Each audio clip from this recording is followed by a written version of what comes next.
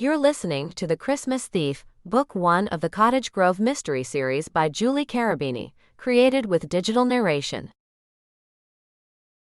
To my dad and mom, Dan and Elaine Navarro, who love to couch sleuth. 1. Wishful thinkers. Or tourists. Tasha wasn't sure which, but she couldn't allow the strangers to traipse across the vacant property next to hers for long. Didn't they know they were trespassing? She'd have to let them down easy though. Didn't want to appear as some crabby 30-something single with a hermit streak. Especially so soon after celebrating Thanksgiving. Although, come to think of it, Raj sometimes accused her of being too quiet, too mousy, too introverted. Tasha squeezed her eyes shut. She'd promised herself she'd never say her ex-fiancé's name again, and she'd have to remind herself that thinking his name was off limits too. Wolfie, her amiable mutt, whined beside her. She chose the pup because of his wildly curly fur coat, similar to the head of hair that she too had been blessed with. The rescue shelter promised her the dog was properly ferocious. He'll protect you from intruders, both animal and human, they'd said. Right. This dog counted bunnies, squirrels, and snakes among his friends. The closest thing to protection he would ever provide her would be to save Tasha from weight gain by sneaking off with the dessert that she occasionally forgot to put away after dinner. Wolfie whined again, but this time added a tug on his leash. Tasha slid a glance to see Mr. Cho, her friendly neighborhood garlic farmer, strolling toward them on the opposite side of the street with his poodle Courtney, a prima donna if she'd ever seen one. Coming up behind Mr. Cho was a speed-walking couple she'd yet to meet, though they'd passed each other often. The man always smiled and waved, adding a hiya when they moved past her, while the woman's acknowledgement was more of a brief nod. It always seemed to her that the woman was on a mission, while the man was just along for the ride. There were no sidewalks near the homes in the remote seaside village of Cottage Grove, and Tasha was fine with that. A premium on water rights, not to mention the periodic building moratorium, kept high-financed builders away. The lack of formal pathways gave the quiet area a less well-traveled feel, like she was living in a bygone era where people walked more than drove, and during wintertime's shorter days, where they stayed inside to read by the fire and turn in early. Okay, maybe that did sound a little hermit-like. Still, Christmas was coming and even party animals enjoyed a nice fire during the holidays. "Hello, Tasha," Mr. Cho called out to her. She sent him a wave and a hi. Courtney, the dog, stared straight ahead, as if Tasha and Wolfie were invisible, and pranced along the street like a royal horse leading a procession. Wolfie stopped and whined when they passed by. "Shish," Tasha said. "She'll break your heart, and then there'll be two of us tending to our wounds. We don't want that now, do we?" Low-toned voices interrupted her thoughts. Undecipherable words coming from the men on the empty lot swam in the breeze. Tasha stepped behind a leggy pine tree at the top of the canyon behind her property, and watched the strangers for a moment longer.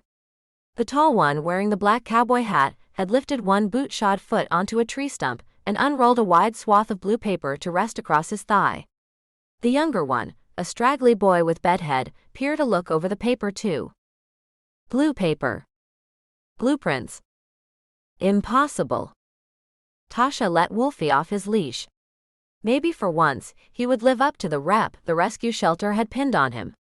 As predicted, when he realized his freedom, he raced to the men on the empty lot. You're listening to The Christmas Thief, Book 1 of the Cottage Grove mystery series by Julie Carobini, created with digital narration. To my dad and mom, Dan and Elaine Navarro, who love to couch sleuth. 1. Wishful thinkers. Or tourists. Tasha wasn't sure which, but she couldn't allow the strangers to traipse across the vacant property next to hers for long. Didn't they know they were trespassing? She'd have to let them down easy though. Didn't want to appear as some crabby 30-something single with a hermit streak. Especially so soon after celebrating Thanksgiving. Although, come to think of it, Raj sometimes accused her of being too quiet, too mousy, too introverted. Tasha squeezed her eyes shut. She'd promised herself she'd never say her ex-fiancé's name again, and she'd have to remind herself that thinking his name was off limits too. Wolfie, her amiable mutt, whined beside her. She chose the pup because of his wildly curly fur coat, similar to the head of hair that she too had been blessed with. The rescue shelter promised her the dog was properly ferocious. "He'll protect you from intruders, both animal and human," they'd said. Right. This dog counted bunnies, squirrels, and snakes among his friends. The closest thing to protection he would ever provide her would be to save Tasha from weight gain by sneaking off with the dessert that she occasionally forgot to put away after dinner. Wolfie whined again, but this time added a tug on his leash. Tasha slid a glance to see Mr. Cho, her friendly neighborhood garlic farmer, strolling toward them on the opposite side of the street with his poodle Courtney, a prima donna if she'd ever seen one. Coming up behind Mr. Cho was a speed-walking couple she'd yet to meet, though they'd passed each other often. The man always smiled and waved, adding a hiya when they moved past her, while the woman's acknowledgement was more of a brief nod. It always seemed to her that the woman was on a mission, while the man was just along for the ride. There were no sidewalks near the homes in the remote seaside village of Cottage Grove, and Tasha was fine with that. A premium on water rights, not to mention the periodic building moratorium, kept high-financed builders away. The lack of formal pathways gave the quiet area a less well-traveled feel, like she was living in a bygone era where people walked more than drove, and during wintertime shorter days, where they stayed inside to read by the fire and turn in early. Okay, maybe that did sound a little hermit-like. Still, Christmas was coming and even party animals enjoyed a nice fire during the holidays. "Hello, Tasha," Mr. Cho called out to her. She sent him a wave and a hi. Courtney, the dog, stared straight ahead, as if Tasha and Wolfie were invisible, and pranced along the street like a royal horse leading a procession. Wolfie stopped and whined when they passed by. "Shish," Tasha said. "She'll break your heart, and then there'll be two of us tending to our wounds. We don't want that now, do we?" Low-toned voices interrupted her thoughts. Undecipherable words coming from the men on the empty lot swam in the breeze. Tasha stepped behind a leggy pine tree at the top of the canyon behind her property and watched the strangers for a moment longer. The tall one wearing the black cowboy hat had lifted one boot-shod foot onto a tree stump and unrolled a wide swath of blue paper to rest across his thigh. The younger one, a straggly boy with bedhead, peered a look over the paper too. Blue paper. Blueprints. Impossible. Tasha let Wolfie off his leash. Maybe for once, he would live up to the rep the rescue shelter had pinned on him. As predicted, when he realized his freedom, he raced to the men on the empty lot, his yappy bark adding to the mix of their voices. Wolfie reached the men and spun around, his tail dipping and diving like a stunt plane. He plunked himself on the dirt and rolled onto his back so the taller of the two men could bend down and give the animal a tummy rub. "You had one job, Wolfie, one job." The man stood as she approached, allowing the blueprints to slide onto the needle-strewn land. He wore faded Levi's and a dark red-on-red plaid flannel. His face was tan and in need of a shave. "Good morning," he said. "This your dog?" She nodded, unsmiling. The two males exchanged a look. The boy buried his hands into his pockets and backed up as if to say that the older one was in charge. He stuck out his hand. "Mark Shepard." He gestured to the kid with bedhead. "And this is Andy." "Can I help you two with something?" she asked. "Well, I don't know. Are you my neighbor?" "Depends, I guess," she said, tension rising in her lungs. "I don't know where you live."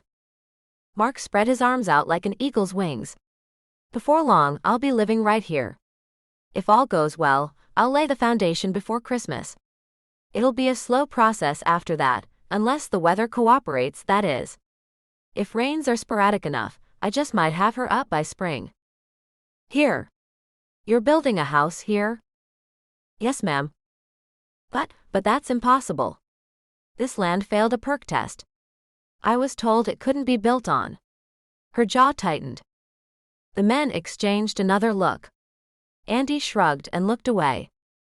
Mark nodded, his mouth grim. "Yes, it did a few years ago, when I first purchased the lot. But we were recently able to nail down the problem, and last month it passed without any hitches."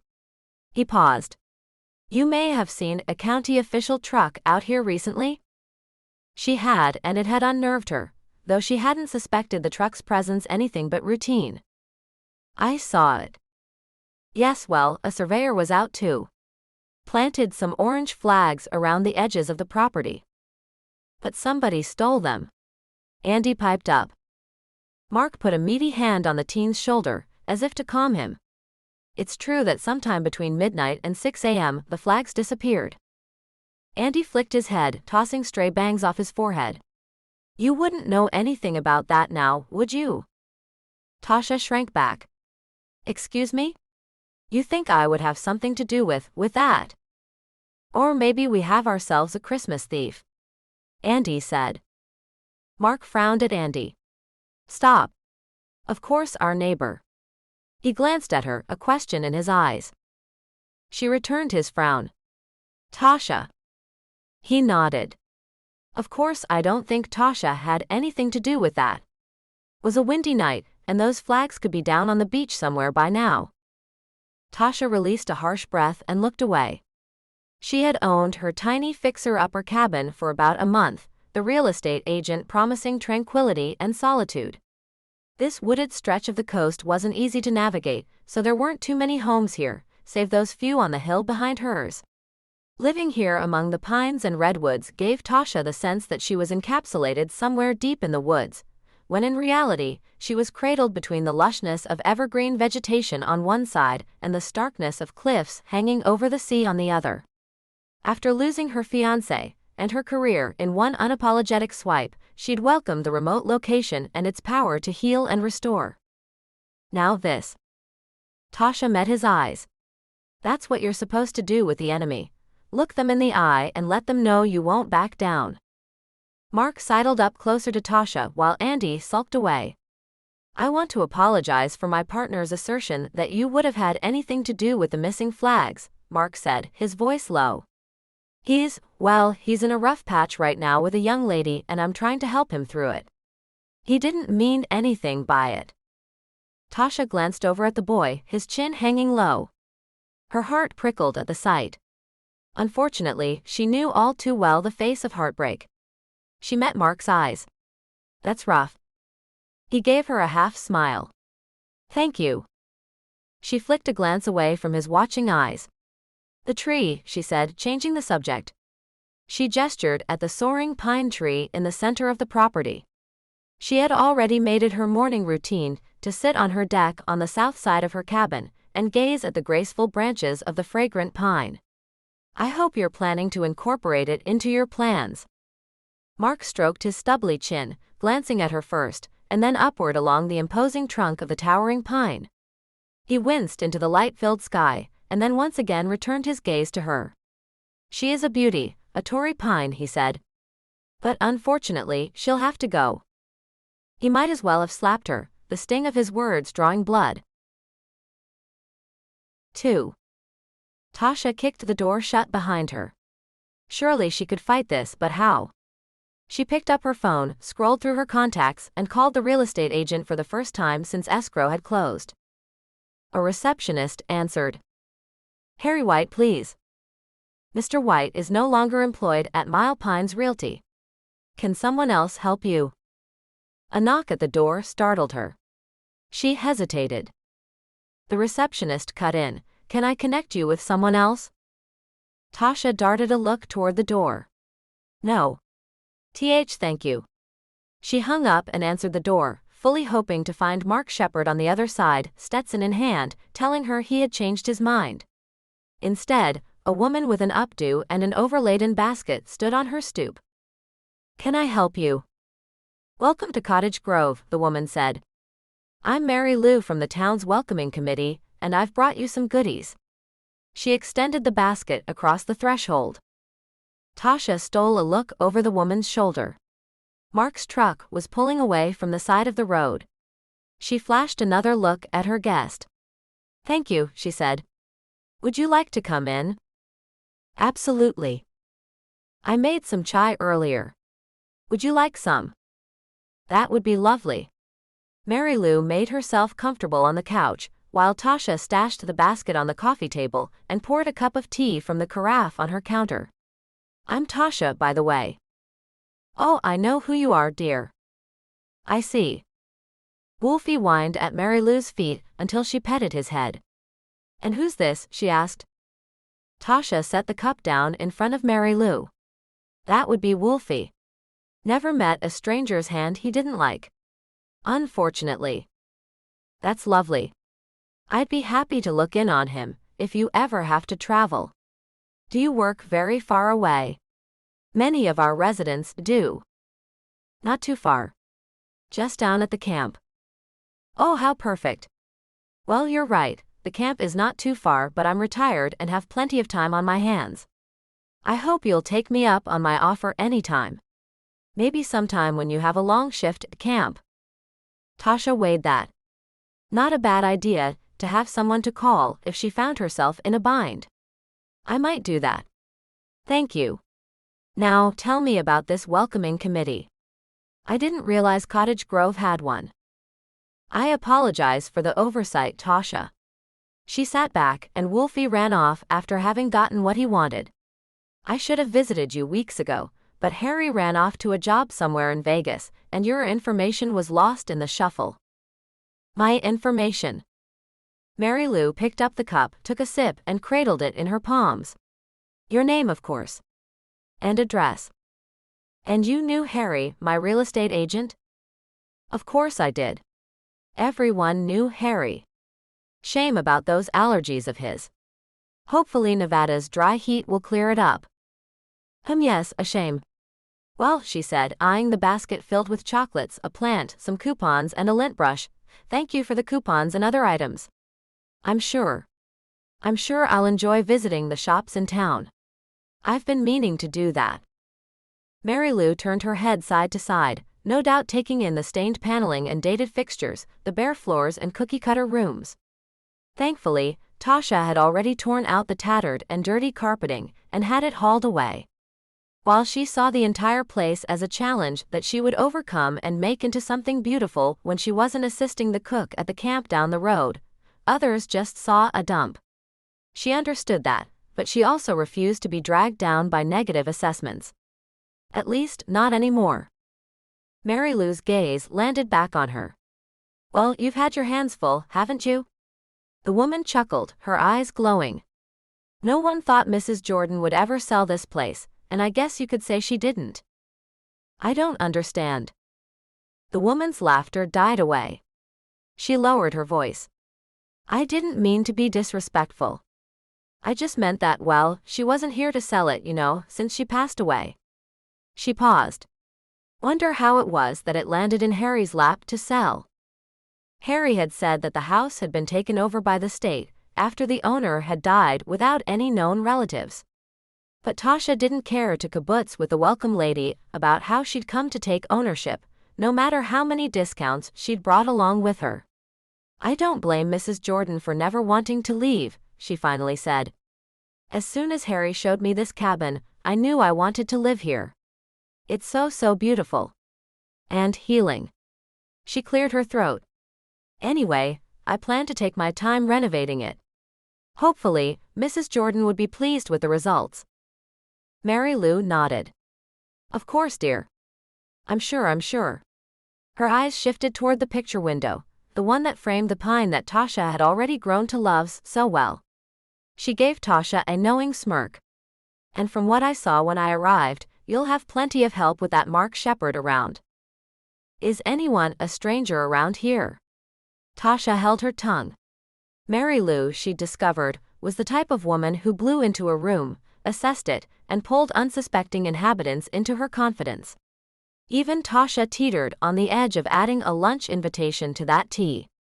While she reveled in the solitude that her move had brought her, cultivated it actually, an occasional friendly visit was not completely unwelcome.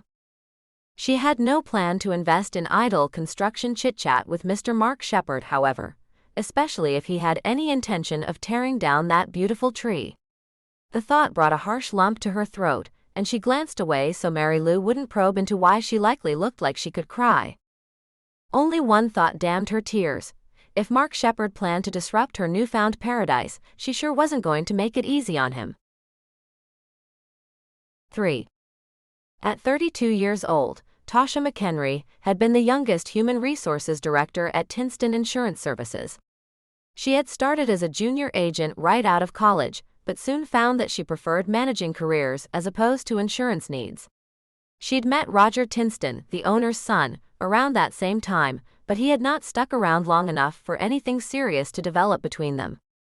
It took 6 years of working around the country in various capacities, landscaper, stockbroker, ice cream store manager, before Roger realized it was time to come home and take his rightful place in the family business. Tasha remembered the day with a mix of pain and dread. She hadn't felt that way at the time, of course. Quite the opposite. When the prodigal son returned, although she never approved of the moniker that many in the staff had affixed to him, she found herself more eager to get to work than any time previously.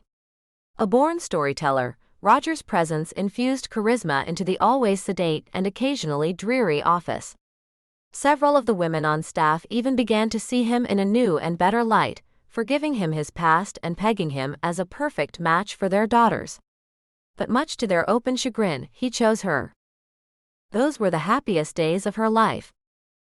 Tasha grabbed her camp apron from the hook by her door, stepped out of her cabin and turned the lock with her key. "Excuse me, ma'am?" She pivoted around. Marc stood uncomfortably close to her and removed his Stetson from his head. Maybe he really was planning to tell her he was packing it all in. "Yes? I stopped by to pick up a toolbox I left behind yesterday. I believe it was right under that tree over there." He pointed toward her beloved tree with his hat. "Have you seen it?" She glanced from him to the tree, then back again. His eyes never left her face. "Sorry, no." He nodded without a word and stepped back to let her pass. She stepped toward the street where her car waited but spun back around. "You're sure you didn't take it with you? Maybe put it behind your seat or something?" He smiled at her then, his expression displaying relief. "Yes, ma'am. I'm sure. Sorry to have troubled you." She frowned. She didn't care to banter with him, and she certainly hoped that his plans would fall through, but Tasha also didn't care to be addressed as if she were an elderly woman on a cruise ship. "It's Tasha, and you really don't think somebody stole your tools, do you?" His smile turned questioning and he shrugged. "It's not something I care to consider, but given the circumstances, I have to assume that they were taken." He looked off toward the ocean. "It's a shame." She watched him a few seconds more, unsure of whether he believed her when she'd said she knew nothing about this. "Yes, it is," she finally said. "I have to get to work now. Hope you find what you're looking for." Tasha pulled into the camp parking lot, thankful that her work there was neither especially trying nor overly busy. She'd always enjoyed cooking. Roger used to say that it was her shrimp Caesar that had sealed the deal for him, so when she saw the ad looking for someone to assist the cook, she'd applied and started working within 24 hours. The camp was run by a local church, the pastor their director and his children holding various posts. She'd yet to see them all though, since the schedule was winding down for the holidays. The fact that this was the slow season with only a few more outdoor education weeks, and the occasional family camp, made the transition easier. She poked her head into the kitchen, drawing in the aromas of simmering garlic, oregano, and parsley. "Smells more like an Italian restaurant in here than a mess hall," she called to Lorena. The camp cook stood in front of the sink, her red hair piled onto her head. Her pink and black chef's coat wore random splotches of red sauce. "Good. You're here." Lorena tossed a pot into a sink full of soapy water, her netted bun bobbing when she talked. "You can finish this."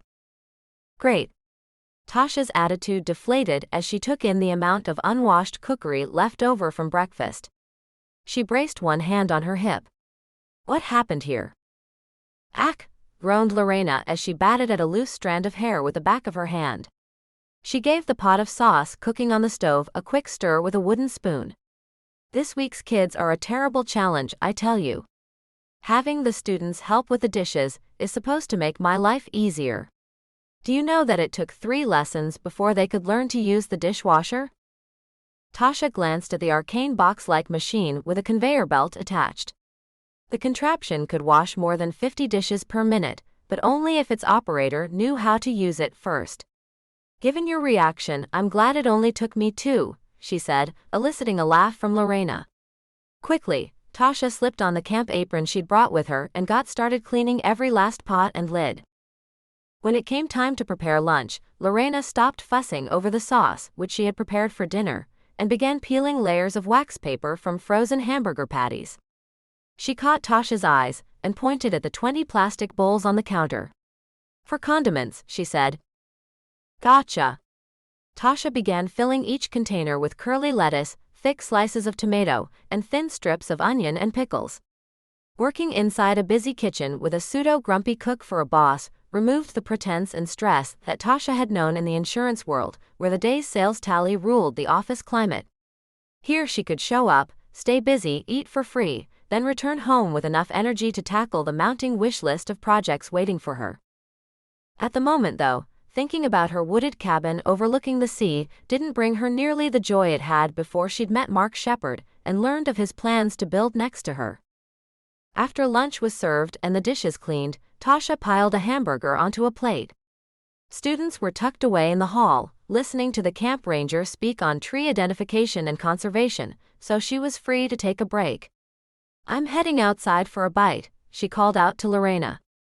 "You do that. Just stay away from that flirt, Jeremy. He's trouble, that one." Tasha smiled and shook her head of curls. "Stay away from the flirt, no problem there." She turned back around. "Sure you don't want to join me?" Lorena was drying her hands on a dish towel, her cheeks rosy from the heat inside the kitchen. "Not today, but you call me sometime. My husband's at the fire station all week, and I need some girl time." "Will do." Tasha tossed her a salute and headed outside, where she found an empty table near a grove of pine and redwoods. In the distance, a wave roared as it hit the side of a cliff. A heady mix of nature scents enveloped her. Back in her hometown, parks were mostly devoid of trees, so sports leagues could use the fields, but here, nature had overrun the place with water and earth, never-ending seas, and limitless timber. She sat there in the blessed silence and envisioned stripping her cabin walls bare, hoping drywall holes would not be her undoing. Of course, she knew that she very well might find nothing but studs underneath, and if that were the case, she'd already decided to skip the drywall. Putty and paint would have to do. A pickup truck rolled into a clearing yards away from Tasha's table. "Hi, neighbor." Marc Shepherd smiled at her as he jumped from the truck and headed over to drop the tailgate. Tasha groaned silently. Really? He invaded her home, and now her work, in less than 24 hours. She wadded up her napkin and stood to leave. The driver of the truck, the infamous Jeremy, hopped out and chuckled. "Neighbor. Man, at least I know who I've got as my competition." He turned to Tasha and flexed a muscle. "Just dropping off some firewood tea, we'll be flashing some pretty impressive guns here in the minute, if you want to stick around." "That's a tempting offer," she said. "But I'll pass. Duty calls." Jeremy threw his head back and laughed, but Marc stopped. He leaned up against the bed of the truck, draping both arms over one of the side rails. He tilted his head slightly. "So you work up here?" She scooped up her plate and cup. "I do. I'm assisting the cook." "You're a good cook then." Tasha couldn't help but give him a small smile. The one thing Roger couldn't complain about was her ability to give her fiancé a good table to put his feet under. She had even taken cooking classes to keep up her skills. Her smile faded at the memory. "I try," she said. Jeremy slapped the tailgate. "Quit flirting with the help. We've got a load of wood to move." Marc nodded. "Right." He gave Tasha another look. "My crew and I'll be eating by a fire on my lot sometimes in the evening. If you don't feel like cooking, especially after being here all day, you're always welcome." She shrugged. "Thanks, but I have a long list of work to do on the house." "Understood. Offers open." Tasha gave the men a non-committal wave and began to head back inside, but stopped. She squeezed her eyes shut, hating how ungracious she felt and sounded. The man had invited her to join him and his crew for dinner whenever she wanted. True, he was the enemy, but really, that was by default. Under different circumstances, they might have been friends. She sighed and turned around. Did you find your toolbox? Afraid not. She quirked her head to one side. That's awful. Discomfort rippled through her at the idea that a thief really had wandered onto the property next to hers and taken something that didn't belong to them. If it helps, I'll keep my eye out for anything suspicious. I appreciate that, Marc said. But you keep yourself safe. It's just tools. Jeremy's arms were loaded down with split wood. Hey, cowboy. I'm about to break a nail. Tasha rolled her eyes and shook her head. As she walked away, Marc's laughter barreled through the trees. 4. Back home, the automatic sensor light she had installed flickered on, lighting her way to her cabin. She took a hesitant glance at the property next to hers and noticed the sign of things to come, lot markers. Wooden posts, each with fluorescent orange painted tips stuck up through the earth like daggers in the soil, outlining the shape of her heartbreak. Were these the ones that had disappeared? Tasha hurried to the front door where she found a note taped to the sidelight window. She frowned and carefully removed it before heading inside. Wolfie whined from the back deck. She opened the door and he bounded in, his mouth open and tongue hanging out. His bright eyes told her he wanted to play, but all she wanted to do was collapse on the couch. And so she did. She rested her tired legs on her scratched-up coffee table, patted Wolfie's head, and read the note she'd found on her way inside. Hello. Wolfie looked so forlorn this afternoon that we let him out of the deck to romp around a while. Hope you don't mind. Marc. P.S. The crew and I left to pick up fixins for dinner. See you soon. She rested her head back and groaned. Going to work today had been a welcome blessing, a way to think of something other than the impending construction project next door. Except for that brief meet-up with Marc out at camp, that is. She needed to relax. To feed herself and draw a bath. Unfortunately, a spark of adrenaline made her plans to relax nearly moot. Her mind raced, trying to think of a tactful way to extricate herself from the man who seemed to know everybody. The crunch of tires followed by a distinct popping sound pricked her ears. She sat up. One of Wolfie's ears flickered backward. Several car doors slammed, then voices followed by a shout. Carefully, Tasha scooped up her pup and headed for the front door. She double-checked that it was locked and peered out the window. In the glow of her automatic light, she could make out Marc and a couple of other guys standing next to Marc's truck. They were bent over, peering at something in the road. Relieved, she released a breath and was about to step away from the glass when someone turned around. It was Andy, and he was glaring at her. The teen charged toward her house. With a flick of her lock, she opened the door and met him halfway. This was her home, and she wasn't going to allow surprise knocks onto her door become the neighbor's regular habit. You left one of your carpet tack strips in the street, he accused, his eyes flashing. Put holes in Marc's tires. Tasha recoiled. Wolfie whined in her arms. I'm sorry to hear it, but that carpet strip wasn't mine, I can assure you.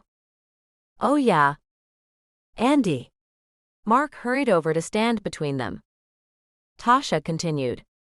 I don't know what just happened up there. I just told you what happened, Andy muttered. Marc's voice was sharp. That's enough. He turned to Tasha, his hands on his hips. I'm sure it was an accident. I told Andy already. I didn't leave a strip of wood with sharp tacks sticking out of it in the street. I'm not an idiot. Tasha peered over his shoulder and squinted through the darkening night. Actually, I just drove right over that same spot less than a half hour ago. I'm parked right in front of you. Both men looked toward the street where Tasha's Subaru was indeed parked. Marc glanced at Andy, then back to her, his brow furrowed. And you didn't pull into your spot from the middle of the street? She shook her head. No. I remember specifically pulling into right about where your truck is parked, and then I decided to pull forward. Adding that last part made her want to wince. She'd saved a space for him, but so what? She was only trying to keep him from knocking on her door to ask her to pull up. He watched her too intensely for comfort. So wait a second, Andy said. If you didn't leave it there, who did? Tasha shrugged. Haven't a clue. Andy folded his arms in front of his chest. That's what I thought. Marc let out a sigh and put a hand on Andy's shoulder. Let's not let this ruin the night, okay? The guys'll be here soon with grub, and I promised this one, he pointed a thumb toward Tasha, that I'd make her dinner. She scoffed. Oh, you did not? He winked. I did invite you to join us whenever you see us out here eating, and though I'm not cooking, the guys'll be here soon with plenty of food. Man, what about your tires? Andy said. When you gonna take care of those? Marc scratched his shadowy chin. After dinner, one of you clowns can help me change them. Tasha took a step back. Thanks for the invite, gentlemen. Something sinister flashed in Andy's eyes. She could tell by the cold stare the kid gave her that he thought she was guilty of sabotage. She wanted to wring his skinny little neck, but not only did she know this would likely be frowned upon, it would unleash more fuel on the boy's ridiculous insinuation that she had left something dangerous in the street for Marc's truck to find. Refusing the dinner invitation, she reasoned, might also point to her guilt. With a sharp intake of breath, Tasha continued. I accept your invitation. Marc looked both surprised and pleased, but Andy not so much. She didn't care. She was hungry, and another more serious thought had entered her mind during this whole tiring exchange. She had not removed survey flags, stolen tools, or left a strip of tacks wide open on the street. So if not her, who? In no time, the rest of the crew showed up, and a couple of guys changed Marc's tires while the others carried 2 picnic tables onto the site, lit a flame in the fire bowl, and spread out dinner. At some point, Mr. Cho showed up with 2 bags of garlic bread and that prima donna dog of his in tow, saying, Thought you might like some, yes? He smiled widely at the applause he received. Tasha relaxed against a plastic Adirondack chair she had dragged over from her own deck. They were a lively crew, most of them in their older teens to young 20s, eating faster and more than she thought possible. Most of the campers she had served lately were elementary aged, except for a middle school group that had been in the first week she spent there. While a handful of boys always seemed to have inexplicably huge appetites, for the most part, they'd still had leftovers to put away and serve to camp staff the next day. Tonight, not so much. A car rolled to a stop at the edge of the property. A woman stepped out, leaving the car running and the lights on. Andy stood up with a start and headed over to see her. They huddled together, the boy's shoulders hunched, his hands deep inside his pockets. It was impolite to stare, but the boy seemed agitated. Or maybe he still thought of Tasha as suspect number 1. In any case, while Tasha sipped on her hot chocolate, one of the boys had served her some. She also nonchalantly observed Andy and the stranger. On second look, she realized that the woman was actually a young girl. Probably a teen. That's the one he's been having trouble with, Marc said, stumbling into her thoughts. She jerked a look at him. Marc was watching Andy with almost fatherly concern. For the first time, Tasha wondered about their relationship. She swung a look at the young couple at the end of the lot. They stood at least a foot apart. Her arms were folded around her middle. He was staring at the road. Really, they looked as if they were miles apart. It's really for the best that she leaves, Marc continued. But he's still got it bad for her. You seem to know a lot about what's going on with them. Are you and Andy related? Marc slid a look at her. Not by blood. I work with youth over at the church in town. It's a volunteer thing. Also know the girl's Katie's father. Another contractor in town. Anyway, Andy's had it rough with one parent gone and another. He stalled before continuing. Well, another who's had troubles of her own. I needed an assistant for some of my jobs, so I hired him on. Inwardly, she sighed. She stole another look at him. That's noble of you. Marc pulled his gaze away from the couple. That's not why I do it. It doesn't have to be your reason, it just is. Well, thank you, I suppose. He ran a hand through his ebony-colored hair. Listen, I know we got off on the wrong foot, but I'd like to show you my plans for the house. If you're willing. Her eyes drifted from Marc to his friends clustered around the fire, enthusiasm for her own project waning. I'll be around tomorrow since it's Saturday. I can probably spare a few minutes. Would she be able to paint on a smile that she wasn't feeling? I'm hoping it's a nice enough day to scrape my deck so I can paint it soon. Good idea. You planning to mix stain in with your paint? Yup. Nice. But listen, be sure not to leave the wood bare for long. This area along the coast is known for its sneaker storms, so you'll want to primer it right away. Tasha groaned audibly. I know it's not much more than a shack, Marc, but really, I can handle the details of fixing it up. Don't think you need to provide backup or anything. He sat next to her, silent. Surely he was stewing over her gentle rebuke. But he had to know that she'd bought this place with plenty of thought, not to mention money. No one needed to know that she'd borrowed from her retirement account, with a penalty extracted, to buy this overpriced cabin surrounded by trees and water. Because of that, there wasn't one penny left to pay for outside help. It was all up to her. If you can wait until 7 to start, I can bring you my long-handled scraper. That'll make things move along faster for you. Unless, of course, you already have one. Marc. He quirked a look at her, his eyes intense enough to burn a hole right through her. She turned her chin away, focusing it on the night moon instead. She allowed her breathing to mellow, before slowly addressing him again. Thank you, but please don't put yourself out. He cracked a smile, those eyes as intense as ever. I promise. 5. From her sprawled position on the couch, Tasha gazed at the hillside's arc, its watercolor-splashed beauty pressed against a baby blue backdrop. No people, no cars, and few man-made structures obstructed her view.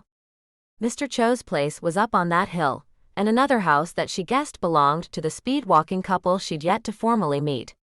A few other houses sprouted here and there, mostly protected by dense woods. After meeting some of Marc's crew, she wondered if any of them might live up there as well. The bowl in her lap sat empty. After scraping her deck all day, she'd had only enough energy left to mix together granola and milk and eat it up for dinner. Actually, she had mustered enough energy to have seconds. Her mind began to float away to that place where everything was familiar yet made no sense at all, the savasana of her day.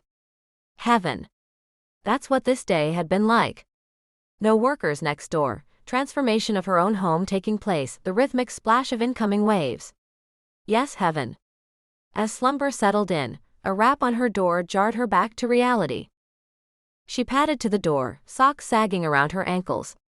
Yes, she said, dazed. Marc stood beyond the glass, his face peering at her from beneath his wide-brimmed hat. Tasha shook the fog from her brain and opened the door. Did you come for your paint scraper? He shook his head and pointed toward the sky. The rain's coming, he boomed above the growling of the wind. You'll need to cover your deck. Tasha opened the door wider to let him in. She spied a pair of beat-up sneakers in the corner and slid her feet into them. Are you sure? She asked, her voice still heavy with sleep. I've had plenty of work days spoiled by rain clouds. Here. He handed her one end of the plastic and swiftly walked backward, unrolling a large sheet onto her bare living room floor. Using a utility knife, he slit a section from the roll and gathered it into a bundle. Plops of water descended from the ominous clouds. Tasha jogged behind Marc as he hurried out to her back deck and began spreading the tarp across the scraped clean wood. The felt of his hat caught drops with each move. Water droplets tap-danced on the sheeting, while Marc and Tasha worked together to flatten the plastic and staple the corners to each deck post. Soon the rain turned into a stampede as it hit the deck, drenching everything she'd left out, tools, snack remnants, everything. Huddling beneath the eaves, Tasha wrapped her arms around herself, pulling the extra-long fabric of her sleeves in close. She stared at the wind-driven rain as it soaked its way into the trenches Marc's crew had so neatly dug into the ground for footings, and threw a questioning glance his way.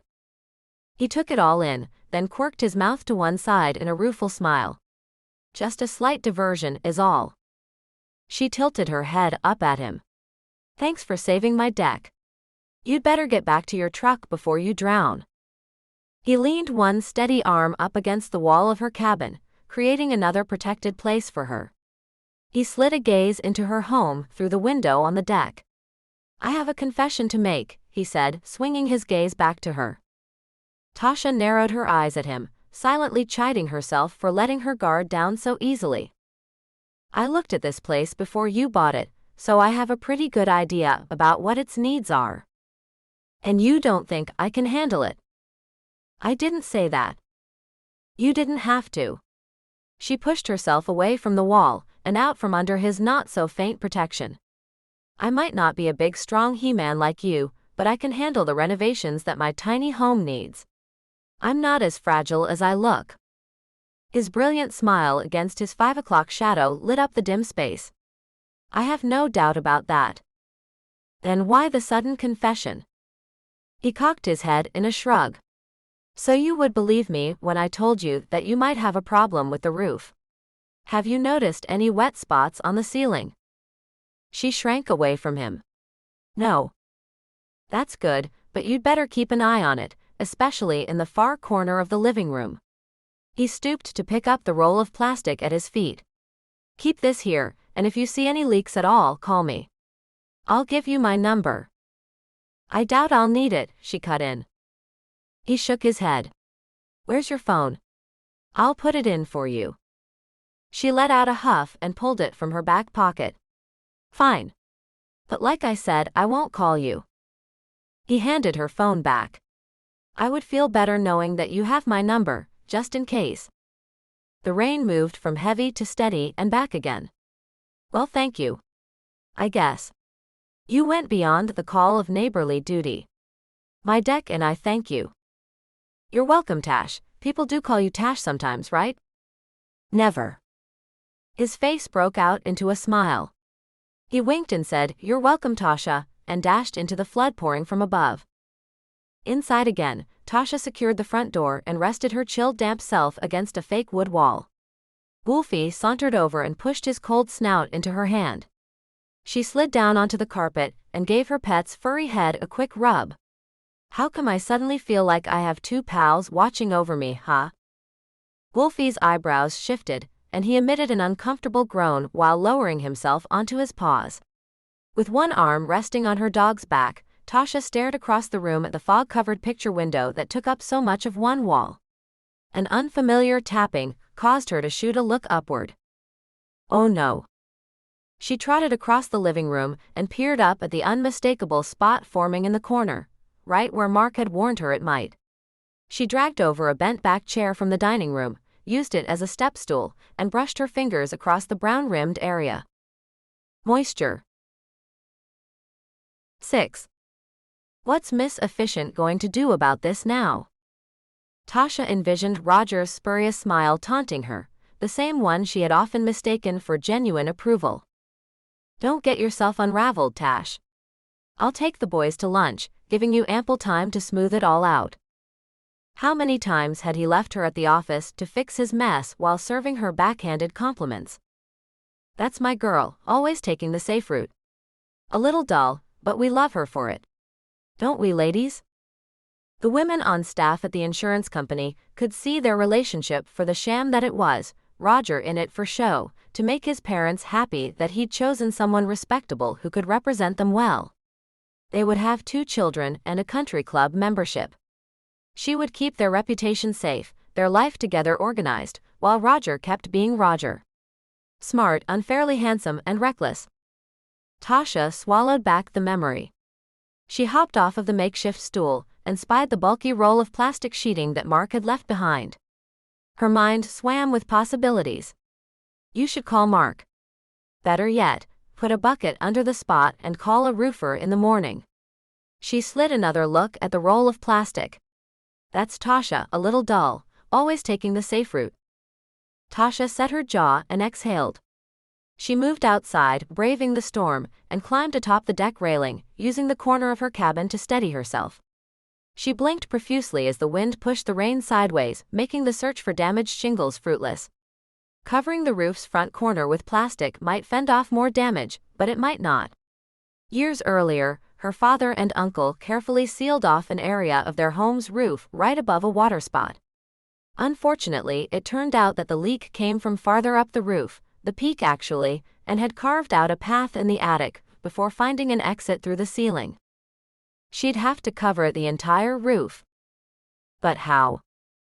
Marc had told her to call, but she'd have to be sleeping under a waterfall before she'd do that. Her phone rang in her pocket and she groaned. If this was some sort of sign that she should call her neighbor, she wasn't biting. Careful not to slip, Tasha stepped onto the patio, the sheeting beneath her feet waterlogged. Water pooled around her feet. The phone continued to ring, so she made her way inside and pulled it from her pocket. Lorena. She answered the call. Some storm. Lorena said. What are you doing tonight? You don't want to know what I'm doing. Or thinking of doing. It's gotta be more interesting than all the sewing I'm catching up on. Owie. I've pricked my finger too many times already. Tasha pressed her lips together and stared at the floor. Well, she finally said, I'm not sure if interesting is the right word. Lorena tisked. That doesn't sound good. It's not. I have a roof leak, apparently. I'm trying to find out where it started. Lorena's voice turned motherly. Is it that bad? Tasha craned her neck in search of the spot. The quarter-sized circle had grown to the size of a serving dish. Yup. I think it is. Oh, honey. Better get a bucket. Yes, of course, but I'll have to do much more than that to save my ceiling. Short of climbing up on that roof to cover the hole, there's not much else you could do tonight, sweetie. It'll be dark soon. Silence. Lorena gasped. Tasha. You are not planning to go up on that roof. It doesn't look that difficult. Except for that driving rain. The pitch of the roof is fairly gradual. That settles it. I'll be over as soon as I can find my hiking boots. I know the house. Ms. Jordan called the camp once and asked me to bring by a cherry pie. Said she'd heard I was the best, which of course is true. Tasha shook her head, her wet curls tickling her face. Lorena, I've been planning to invite you over. Well, she was, but not to work. Listen, girlfriend, 2 heads are better than 1, especially when they're female. Lorena's laughter filled the cell phone line. Do you have anything to cover the roof with? Otherwise, I could probably dig up something. George is down the hill tonight at the fire station, but I could call. Yes. Plastic sheeting that a neighbor left for me. There's enough here to cover the whole roof, I think. That place is rather tiny, as I recall it. Just over 800 square feet. Lorena whistled. Holy cow, I'd say that's tiny. Well then, I found my boots, they were over by the fireplace drying out. See you in a few. And the line went silent. Tasha changed into dry jeans and a long-sleeved t-shirt. She started a pot of coffee, retrieved her black windbreaker from the hall closet, and paced as she waited for Lorena to arrive. The daylight sank further into clouds. She went back to the closet, this time for a couple of flashlights. A rattling of her front door spooked Wolfie, who galloped across the room and skidded into the door with a thud. Girlfriend, it's me. Hurry up before I'm washed away. Tasha flung open the door and Lorena bustled inside looking like Paddington, with her blue coat dripping onto the concrete floor and her yellow hat dwarfing her head. Don't just stand there gaping at me.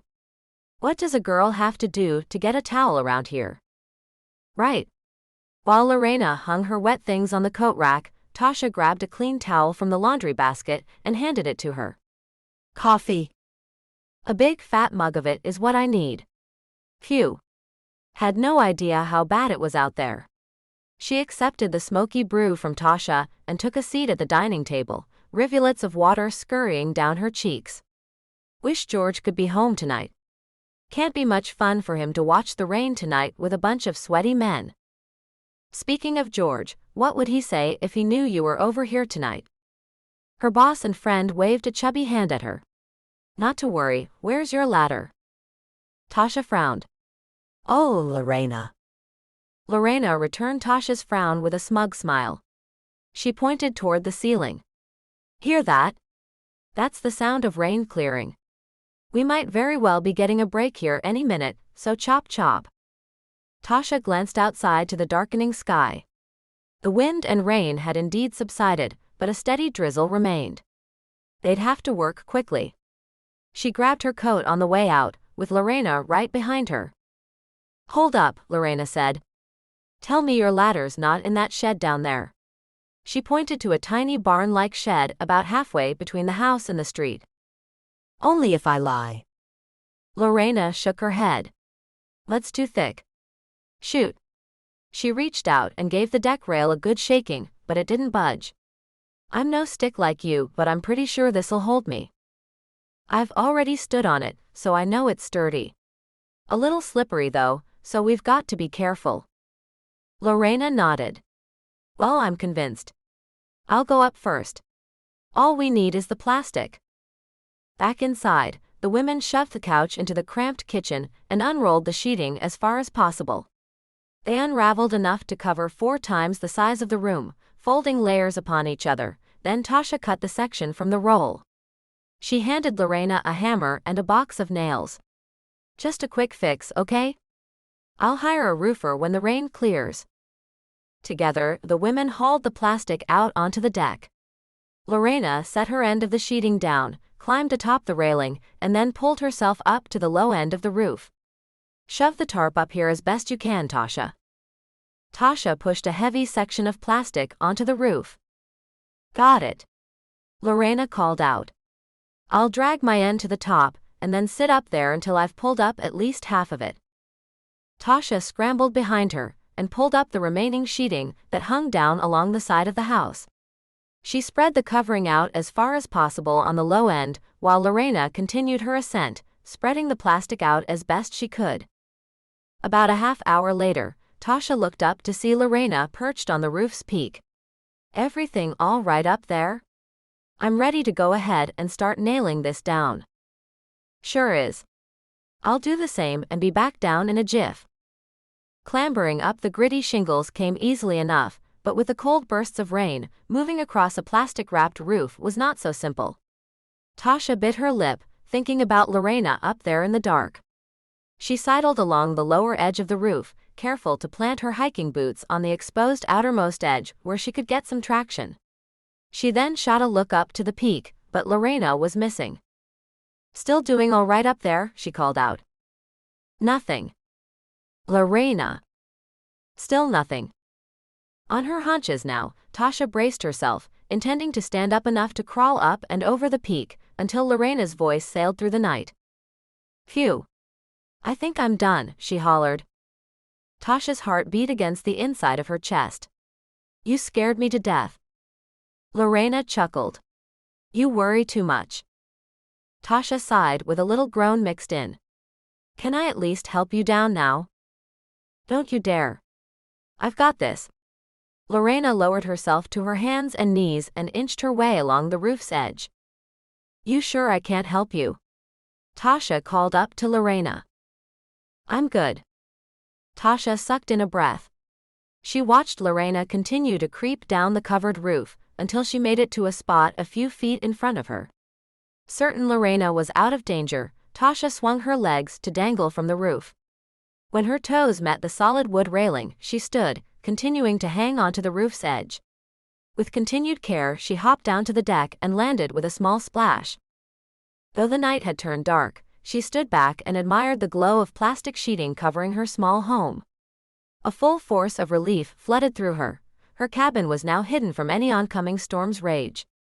Her home looked as cozy and protected as if nestled in a warm blanket. Once she had the roof repaired, she'd be able to put up Christmas lights and hang a wreath on the door.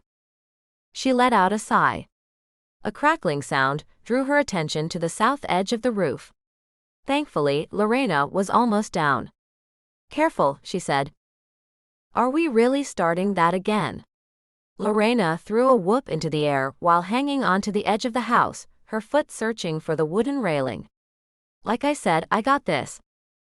Tasha gasped and rushed over, flailing her arms in the air. Wait!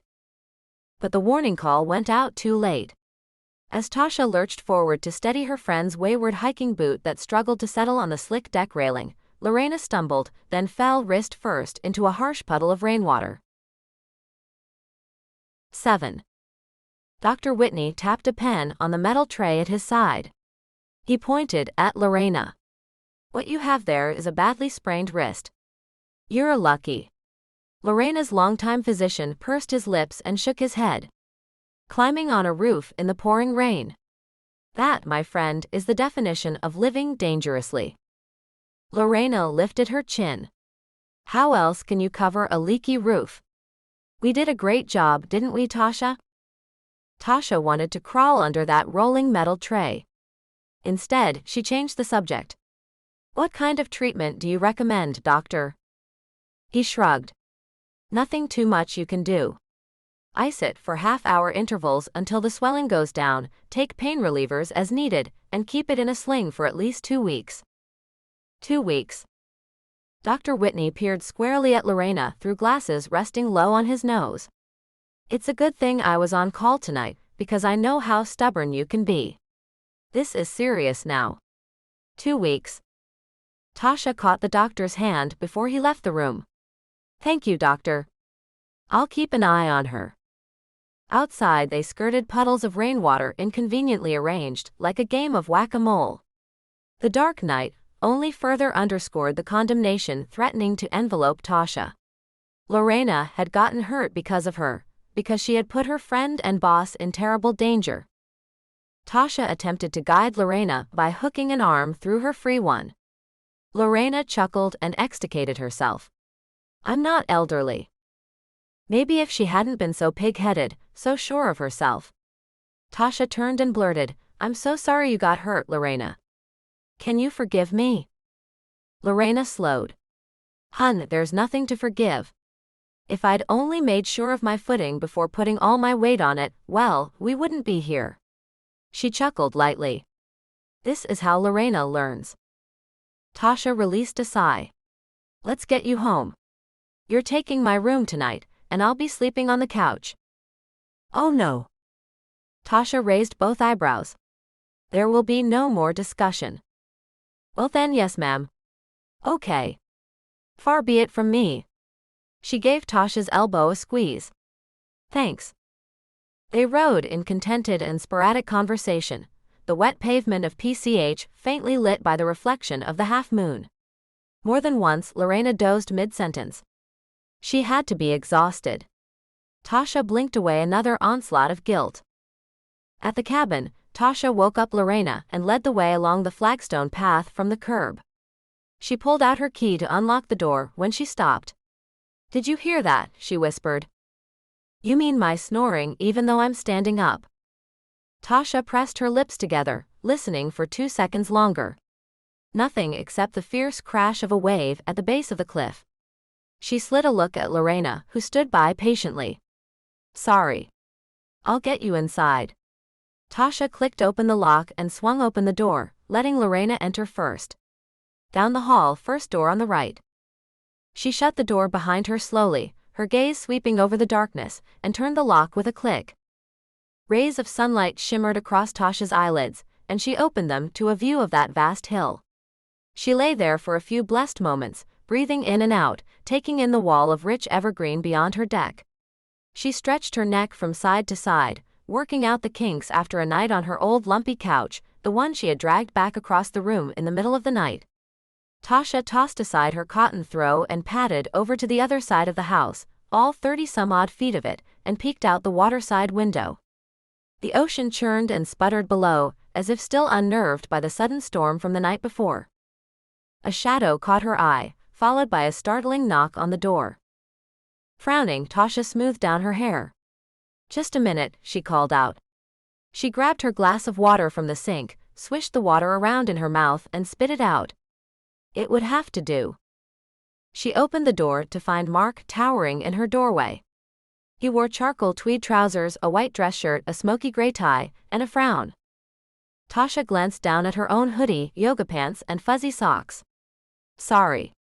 Didn't realize I'd have a visitor so early. An image of Lorena and her damaged arm curled up under an old quilt appeared in her mind. She bit her lip. I mean, other than the one who was here all night. Marc's brows rose. Tasha shook her head, her curls rustling against her ears. Never mind. Would you like to come in? He pressed his lips together and looked at her, then slowly turned toward the neighboring lot, the one he had so boldly begun to annihilate whether she liked it or not. As he turned back to face her, she caught a glimpse of where his gaze had taken him. Oh no. Did you see anything last night? He said, his tone mildly unneighborly. Not at all. And you didn't hear anything either. The question sounded more like an accusation.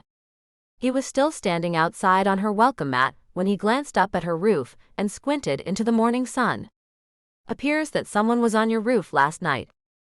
She took another look at the gouges, deep and wide, that peppered his water-saturated lot. Even she doubted that the brief but heavy rain could have caused quite that much destruction. But as sorry as she felt for the mess on his property, she didn't care to fill him in on any of last night's adventures. Someone really did a number on your land, she said and tilted a look at him. I wish I'd heard or seen something, but honestly, I never did. Marc let out a sigh of exasperation. He leaned one dress shirt-covered arm onto the doorjamb and poked his head inside, his eyes snagging hers. His voice was low and controlled. Be straight with me. I know you haven't exactly welcomed my building plans with open arms. What's it going to take to help you accept me? She stepped back, aghast at his insinuation. She had every right to be annoyed with the sudden disruption to her peaceful life, but to suggest that she's somehow behind the destruction of his property. A voice behind her sang out with much too much gusto. Good morning. Marc jostled to peer over Tasha's shoulder. His eyes widened. And when he noticed the sling hanging from Lorena's shoulder, he shot another look directly at Tasha. She wanted to dart underneath the dining table like a spooked cat. You have got to be. Marc pushed past Tasha into her house, examining Lorena's pampered arm. He swung a look from Tasha to Lorena and back again. Tell me you two didn't go up on that roof. Lorena tugged his tie and snapped the fingers of her good hand in front of his face. Hey. Hello. I'm right, Hiri. Tasha cut in.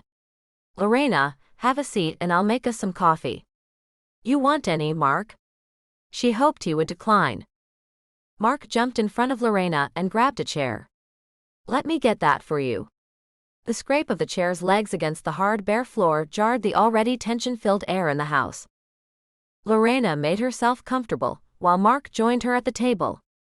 Tasha bit back a sigh and took a third mug from the cabinet, setting it onto the counter with a harsh clunk. She braced herself for a tirade. You should have known better than this. What were you thinking? Oh, that's right, you weren't thinking. And the one she looked forward to the most, why don't you give up now before somebody gets hurt again, or worse? She sneaked a peek over her shoulder. Lorena was shrugging off Marc's concerns while he examined her bruised wrist, his mouth fixed into a grim line. Coffee made, Tasha delivered the steaming mugs to the table, followed by sugar and 2 kinds of cream. She took a seat, the guilt of last night's adventure clawing at her insides. Still, this was her home, and it was up to her to set the tone. No matter how much Marc Shepherd may want to chastise her, she would not allow it. She sank into her chair and took a sip, eyeing Marc. You're dressed up today. Yes. I have a lunch down the hill with the architects of a complex building project I'll be heading up in the spring. Hence the rush on his own property. Tasha put down her glass. Well, I don't want to keep you. Guess we should talk about the mess next door. She shook her head. I wish I knew what happened. Lorena's brow rose. Something happened. Marc held up a palm. Before we get to that, I have something to say about this. He gestured to Lorena's sprained wrist. And about this. He pointed toward the platter-sized spot on the living room ceiling. Here we go. I'm sorry, he said. Oh. Lorena said. 4. Tasha said. Marc scowled and glanced away from them, as if formulating the right words to say. Tasha couldn't imagine what he had to be sorry about. Well, other than the fact that Lorena got hurt, they were all sorry that had happened. But it wasn't as if he had anything to do with it. He swung a look back at Tasha, his dark eyes boring into hers, the effect causing her to suck in a breath and hold it there. I knew the condition of this roof, and I should never have left you here with the threat of an incoming storm. Friends don't do that to friends. Is that what they were? Had they officially crossed over from polite but safely detached neighbors to friends who chatted over mutual home repair projects? She took another sip of coffee, stalling a reply, his words throwing something unexpected into the mix of the morning. Well, Lorena said, I for one don't think you have anything to be sorry about, Marc. Tasha shook off her confusion. Lorena's right. I should have had the roof checked before this. What can I say other than it's been on my list? She nodded toward the refrigerator, where a legal-sized sheet of paper hung under a magnet. Now that's enough, I'm telling you, Lorena scolded. Not one more word of remorse from either of you, or else. Marc's mouth turned into a guilty smile, highlighting a dimple in his cheek. I'll do better next time. Hush, Lorena said, glaring this time. Tasha cleared her throat. We need to get back to figuring out what happened here last night. My guess is that someone with a heavy-duty truck took last night's soaking as an opportunity to carve up your land. She sighed. It must have happened when Lorena and I were at the hospital. Marc visibly winced when she said the word hospital. Lorena made her way to the door. She peered through the window. Oh my. That is the biggest mess I've ever seen. She wicked a glance over her shoulder. Was it like that when we got home? Tasha shrugged. You were practically sleepwalking and it was so dark that I just don't. Wait. She darted a look at Lorena. Do you remember me telling you I could hear something? Lorena squinted, as if trying to remember back. Maybe. Like you said, I was so tired that all I could think about was crawling into bed. Tasha nodded. That's okay. I remember it. I had just put the key into the lock and stopped because I heard something. I asked you, but you weren't sure. We stood outside for a few seconds longer, but came inside after I didn't hear it anymore. You're not making me feel any better, Tasha, Marc said. I'm just trying to pinpoint the time. I think we got back in around 2 a.m. That's not what I mean. He sighed and ran a hand through his dark waves, then let his arm drop back down to the table. If you are ever outside again in the middle of the night and hear something that concerns you, promise me you won't go investigating. Lorena chuckled. Tasha stared back at Marc with a defiant smile. You worry too much. Lorena snorted this time, then chuckled and pointed at Tasha. Didn't I just tell you the same thing yesterday? Tasha shrugged. Maybe. Really, it could have just been the rustling of a cat. I'm serious, Marc said. You two kids stay here and argue this out, Lorena said, placing a goodbye pat on Marc's shoulder. If it's all right with you, Tasha, I'd like to take a shower. Of course. I left a blue towel and washcloth on the bathroom counter for you. When Lorena had ducked out, Tasha stood, rinsed out her mug, and set it in the sink. A hazy cloud had blown in from the sea, creating a filter over the sun that had woken her this morning. The effect was peaceful and calming. Nothing like the fear-driven tone of Marc's voice. She turned and leaned against the sink, her arms folded in front of her. Maybe we should call the police. No. Why not? He assessed her. I'd just rather not get anyone else involved.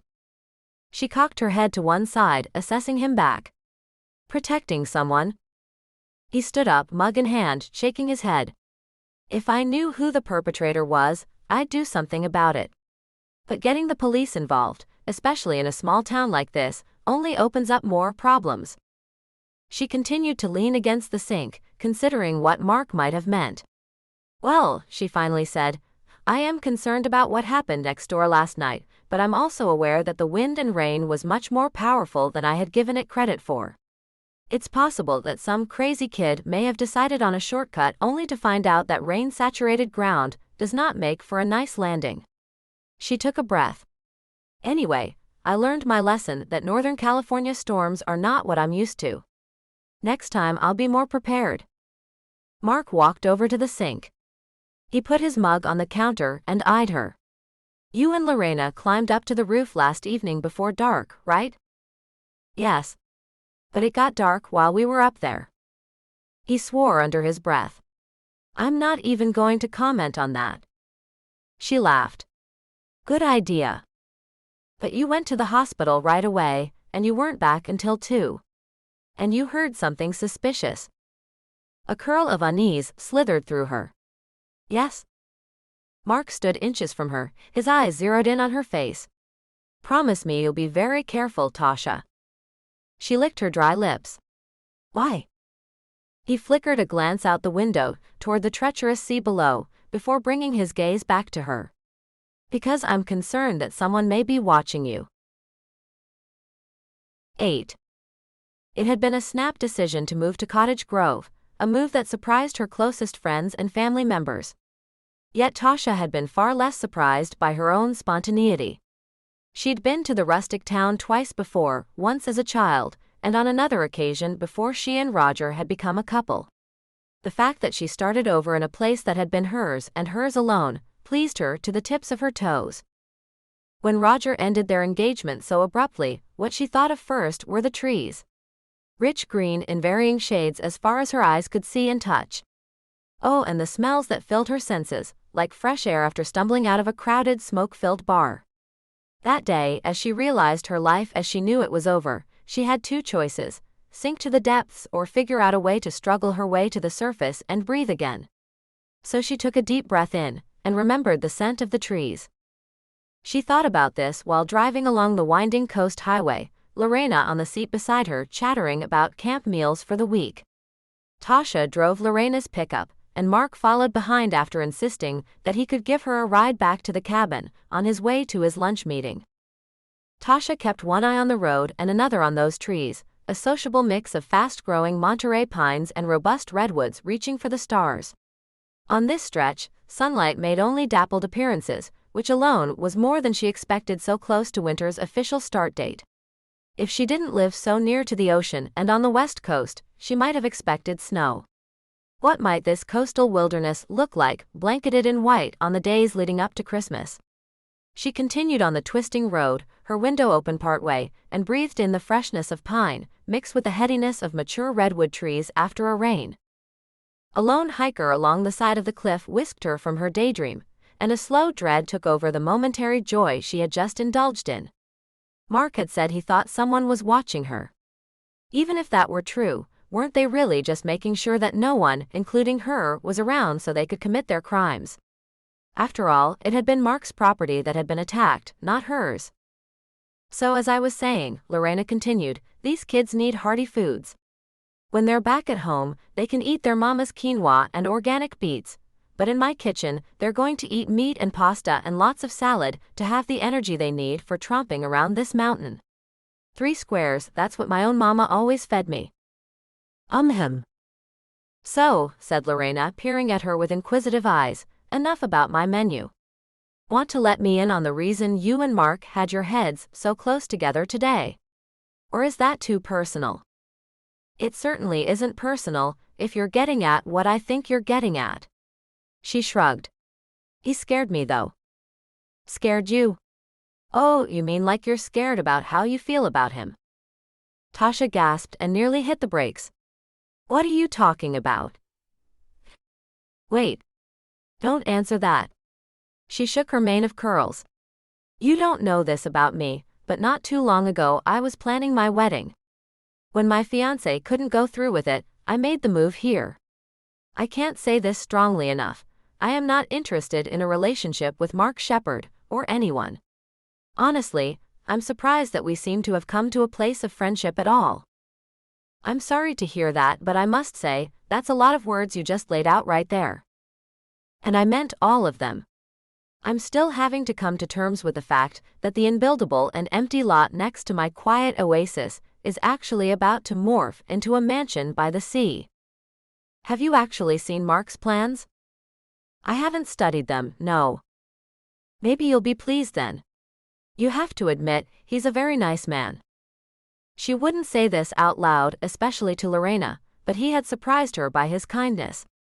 He'd knocked on her door this morning, discouraged and confused, wondering what she might know about the disaster on his property. She watched his emotions go from frustration to worry when he learned of Lorena's injury. And then he apologized. And it floored her. Finally, Tasha nodded. Okay, yes.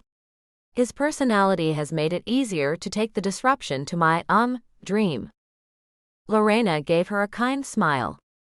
I had a feeling you were running from something. Tasha kept her eyes on the road. She swallowed back building emotion. You can't run from something that you never had. Yes, well, I try to keep these things to myself. So, if you wouldn't mind. Lorena pantomimed, zipping her lips shut. Tasha flicked a glance out the window to a tiny log cabin flanked by ghost-like alder trees, parts of their white-gray bark covered in lichen and moss. Empty golden pots lined the porch steps, as if waiting for a yearly planting of poinsettias to welcome the upcoming holidays. You can just pull her into the driveway, Lorena said. Thank you again for schlepping me home, dearie. Tasha smiled, her brows pulled together. It's you who needs all the thanks. I know you don't want any more apolog. And I was serious about that. She hopped out of the truck and shut the door in a hurry. Now go on, she said over her shoulder. Don't make our cowboy in shining armor wait a second more. Tasha rolled her eyes, tossed Lorena her keys and watched her disappear into her home. She sighed and spun around. Marc was standing by the passenger side of his truck, holding the door open for her. She expelled a breath and tucked her chin. Why must he make it so difficult to hate him? On the ride back to the cabin, Marc never once mentioned what he was planning to do when they arrived. They'd made small talk mostly, swapping stories about the weather and the landscape, about camp life and the upcoming holidays. Tasha expected Marc to pull to the side of the road and leave the truck running until she was safely outside. Instead, he parked and hopped out with her. 3 young men stood near the base of that beloved pine near the center of Marc's lot, the one that reached its way toward heaven. She squelched a sigh. Oh, the irony of having to see that beautiful tree removed so close to Christmas time. Gentlemen, Marc called out. The jeans-clad guys, 2 of them obviously teens, one older, wore somber expressions. Andy ran up the gentle incline toward the street. He slid a glance at Tasha, then back at Marc. What the heck happened to this place? Marc stayed at the curb, his arms folded. We'll try to figure out how those grooves in the ground got there later. Right now, I have to head down to an appointment on the Rockler project. Before I go, I have another project for you. He whistled into the air and waved the other guys over. Tasha turned to him. I'll let you go. Thanks again for all your help today. He put a hand out to stop her, but kept his eyes on the guys as they approached. Guys, our neighbor has a roof leak, and I'd like you to climb up there while the sun's out and see if you can pinpoint where it's coming from. Tasha shook her head. No, thank you, but I will call a roofer first thing Monday morning. Marc looked at her like she'd lost her mind. That's not how we do it around here. He turned back to the crew, singling out the adult among them. Bill, I think we've got a stack of these same shingles in storage. I'll leave it up to you two. She said she didn't want our help, Andy cut in, a scowl etched deep into his forehead. Marc's expression didn't flinch. The decision's been made. As I was saying, Bill, after you all have a chance to climb up and figure out what needs replacing, you and Andy can stay behind to start the tear-out while Teddy here goes on back to pick up supplies. Everyone understand? Bill nodded once. Got it.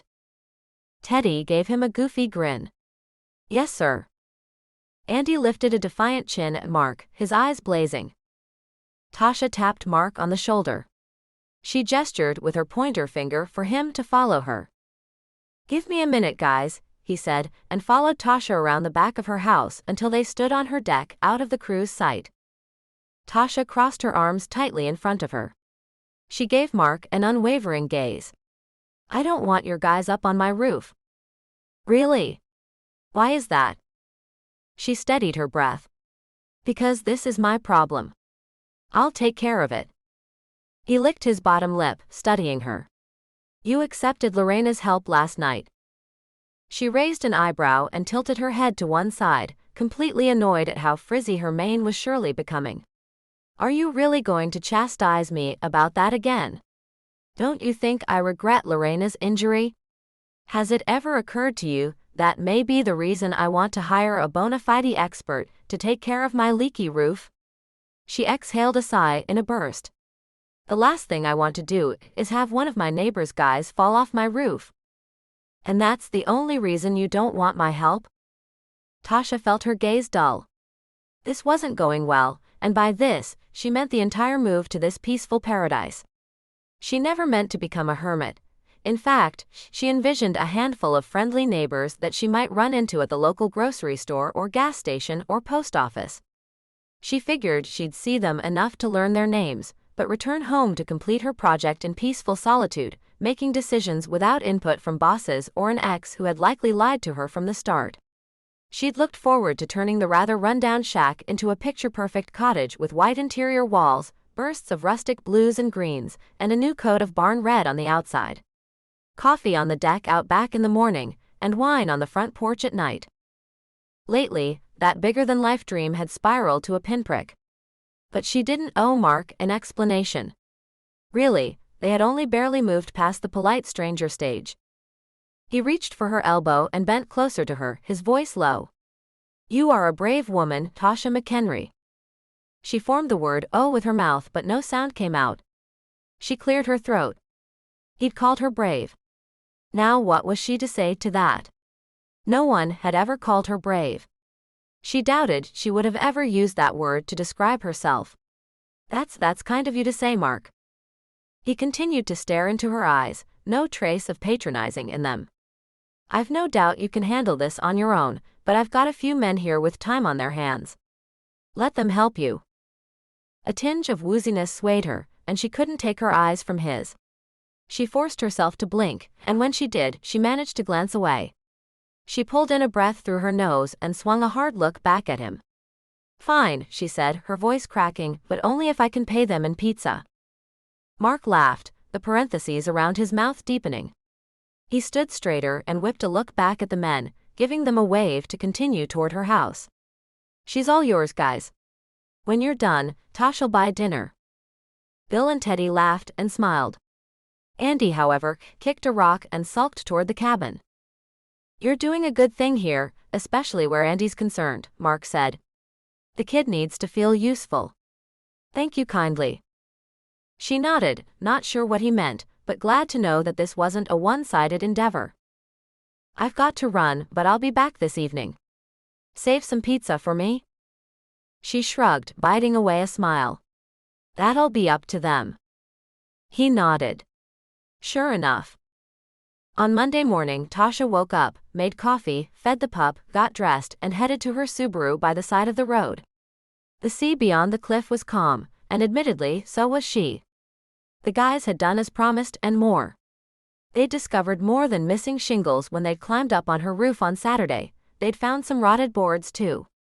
The day had been warm and dry for November, so they spent the hours tearing out the damage and replacing what needed replacing with new materials.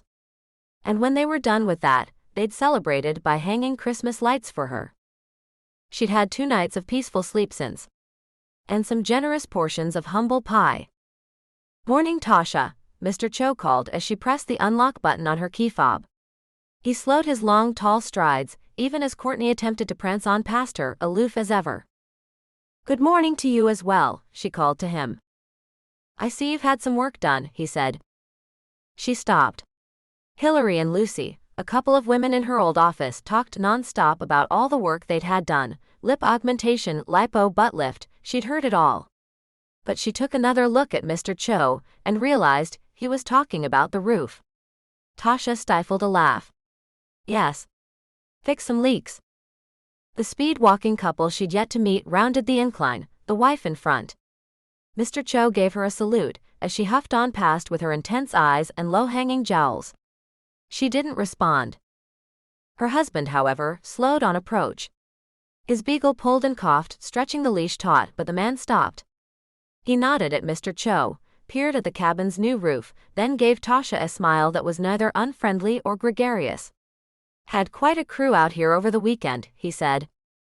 Until now, she hadn't realized that her home had been on display. She nodded and spun her keys around her fingers. "That's true. I'm Tasha, by the way." "Jim," he said simply. He put a hand in his pocket and rocked on his feet. She imagined him sticking around to chat about the intricacies of the roofing project, something she didn't know much about nor have time to discuss. "Nice to meet you, Jim." His other half was bellowing at him from several cabins beyond hers, most of them empty second homes.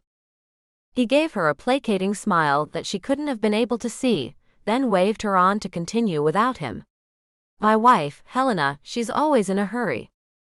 Mr. Cho crossed the small street, Courtney darting troubled eyes at him. "Jim," he said, "how's the manufacturing business, neighbor?" Jim turned to Tasha. "Cho and I live a few houses apart. Hardly see each other, though." He pointed toward the hill across the canyon. "I'm up there, beyond your back deck. Mine's the White House with dormers."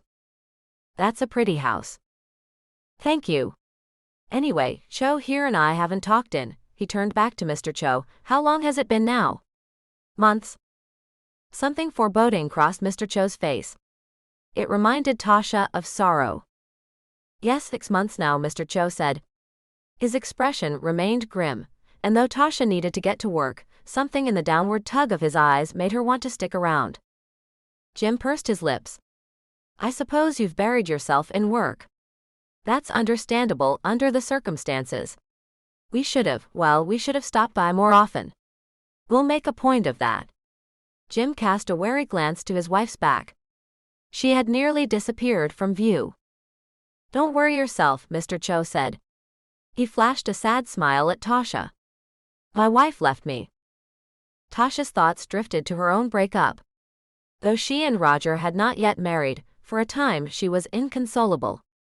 No wonder poor Mr. Cho looked so crestfallen. "I'm sorry. I didn't know." "Thank you." He nodded once and looked back to Jim, as if it were still too difficult to dwell on.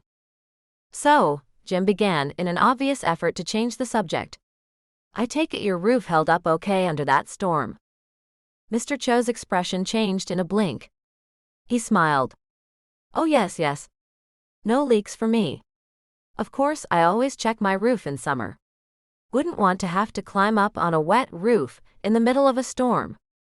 He laughed heartily, stopped abruptly, and looked at Tasha. "Sorry." "No problem," Tasha said. "I'm heading to work now." "It was nice to meet you, Jim, and to see you again, Mr. Cho." They both nodded but stayed rooted, as if they had plans to discuss her roof or whatever a while longer. She bent to give Courtney a pat, but decided against it when the animal whined and pulled away. "She's cranky today," said Mr. Cho. "Just today." With one more wave to the two men, Tasha drove off down the hill. At camp, on her way up the back steps to the kitchen, Jeremy's whistle broke through her thoughts. She stopped, her hand resting on the railing. She knew he was full of hot air. She'd learned of his reputation in a very short time, but no one had ever directed a catcall her way. At least not to her knowledge. Certainly not her ex-fiancé. "Wanna hold the door there, beautiful?" She was halfway inside but stopped and held open the creaky wooden door. "Such a flirt," she said. "It's not flirting if you mean it," he said with a wink. Tasha's mouth opened as if to say something pithy, but she couldn't think of a thing. Instead, she stood there in the mudroom of the kitchen, her mouth frozen open, as Jeremy darted off to his next stop. "He's trouble with a capital T, my friend." Tasha shot a look through the open doorway to where Lorena stood with one arm in a sling, and the other stirring a pot of something with steam rising from it. "Wait. Let me do that." She rushed over and took the spoon from Lorena, realizing with a sudden start that she'd forgotten to wear her apron. Strange. She hadn't noticed it, hanging by the front door where she'd normally left it. I still have one good hand, you know, Lorena said, interrupting her detached musings. Tasha gave the pot of beans a good stir, breathing in the smoky aroma of bacon. Yes, and we need to keep that one safe. Thought you were coming in late today. She gave Lorena a frown. Couldn't sleep. Not complaining, but I noticed that I'm a lot slower at home with this thing on my arm. She shrugged. Figured I might as well get up here and get a head start. Kids'll be here by noon. Tasha bit her lip, figuratively at least. Lorena would probably smack her with a spoon if she expressed her regret one more time, so instead, she'd shown up here early herself as a sort of penance. For the next 3 hours, she followed Lorena's instructions, making hot dogs with all the fixins for 80 campers. Several counselors joined in the fun and prepped tables with napkins, silverware, and condiments. And when lunch was over, Tasha herself instructed the kids to scrape, stack, and sort before leaving their tables when lunch was over. She stuck around and did it all over again at dinner time. By the time she collapsed in her car after work, she had splotches of every edible color on her clothes, and she smelled worse. She started up her car, letting it idle, and put on the air conditioner. True, the air outside was much too cool to need AC, but she sort of hoped the circulation of air would help dissipate some of the smells. As she sat there, allowing that flowing air to hit her, she checked her email. One from Mary Lou, the welcome lady, making sure that she was enjoying the coupons. She hadn't actually used any yet. Another from her mom, wanting to know if she would make it home for New Year's. And one from her former coworker, Allie. She simultaneously pursed her lips and wrinkled her brow. It appeared that Roger had disappeared. 9. Some of us think he's become a prodigal again, while others, well, it's not comfortable to have to ask you this, Tasha, but just between us, has Roger gone to live with you? Tasha pulled into the spot on the street in front of her cabin, Allie's email continuing to occupy her mind. Roger had disappeared. She wagged her head, jostling her curls. After Roger's desertion, the women in her office had all given her pity pouts. Plenty of their side hugs and sad frowns, but no one on staff had become openly outraged for her. She'd received only 2 office-related calls after Roger broke her heart, one from Roger's mother, Sid, asking if she needed help returning gifts, and another from Carrie, a disgruntled ex-employee who offered to aim a line drive straight at Roger's mini-mansion, the one abutting the country club golf course. She'd almost taken her up on it. Tasha leaned back against her car's headrest, expelling a breath. So much had changed since that infamous day that it almost felt like Roger's abandonment never really happened. The revelation startled her. When she'd bought this place, she was livid, blind with anger toward a man who had led her on for years. Then, as the number of days to escrow closing shrank, she found herself sad, partially about Roger, but also sad that she allowed their relationship to meander along directionless for so long. It shamed her to think this, but maybe marrying the boss's son meant more to her than she had ever admitted. And yet, did he need her now? Maybe their breakup had hit him harder than he had anticipated. She closed her eyes and tried to picture how she would react, how she would feel, if Roger showed up here in Cottage Grove right now. Someone knocked on her driver's side window. She jerked forward, nearly strangling herself with her seatbelt. "You okay in there?" Marc's face peered at her through the window, cracked open at the top. She scowled at him. Unlocking her seatbelt, she threw it to the side, opened the car door, and stepped out. Marc stood by, a quizzical smile on his face, his hat fitted to his head. "Did I startle you?" "You think?" He chortled. "Sorry." She shook her locks and drew in a breath. "No big. Did you want something?" "Otherwise I've got to." She turned toward her cabin and noticed a crew of 5, 6, maybe 7 guys in various stages of work on Marc's property. "So," she said, pushing the contents of that email from her mind, "I see you've been busy." He nodded, and they began to walk toward the narrow path between their lots. "We managed to smooth out the lot again and redig everything properly." Any clue to what happened? Maybe. This surprised her. How could he possibly know what happened when nobody had been around to see it? "Well, go on." For one thing, the tires were much narrower than I'd first thought.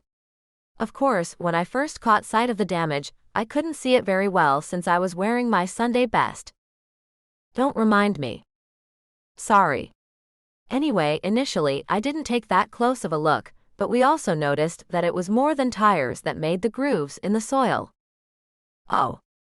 Blades. Or possibly some kind of knives. Thick ones. Even a few nicks in the pine. Tasha swung a look at the gentle giant of a tree that had captured her heart the first day she'd seen her own cabin.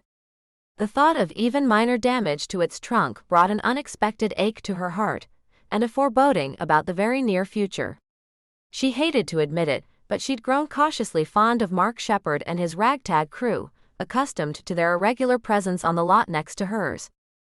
But how would she feel about them, about Marc, when that big old lug of a tree were toppled like expendable firewood?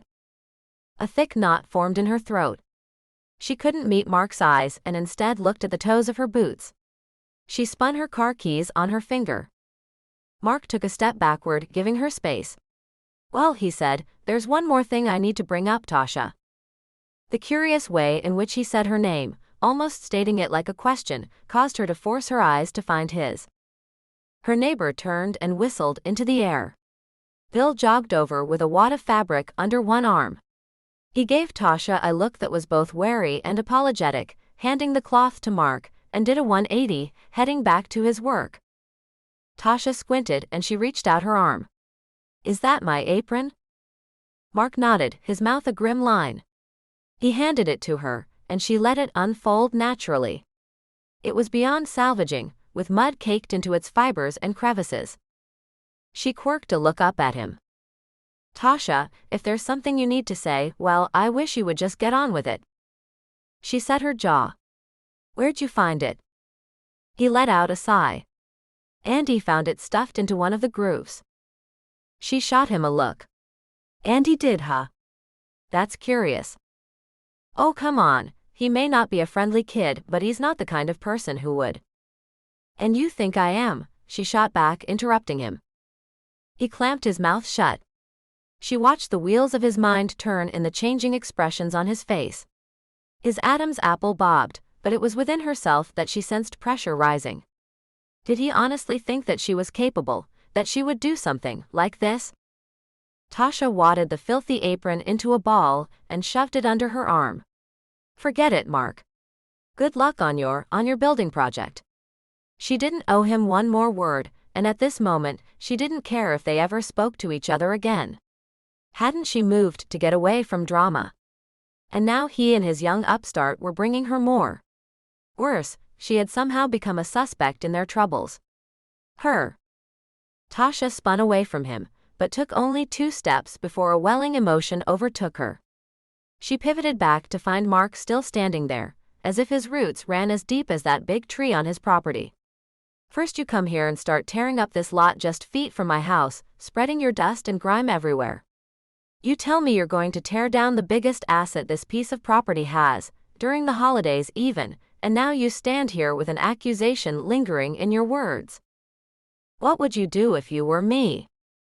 Why not start by investigating your own crew? She pulled out her phone.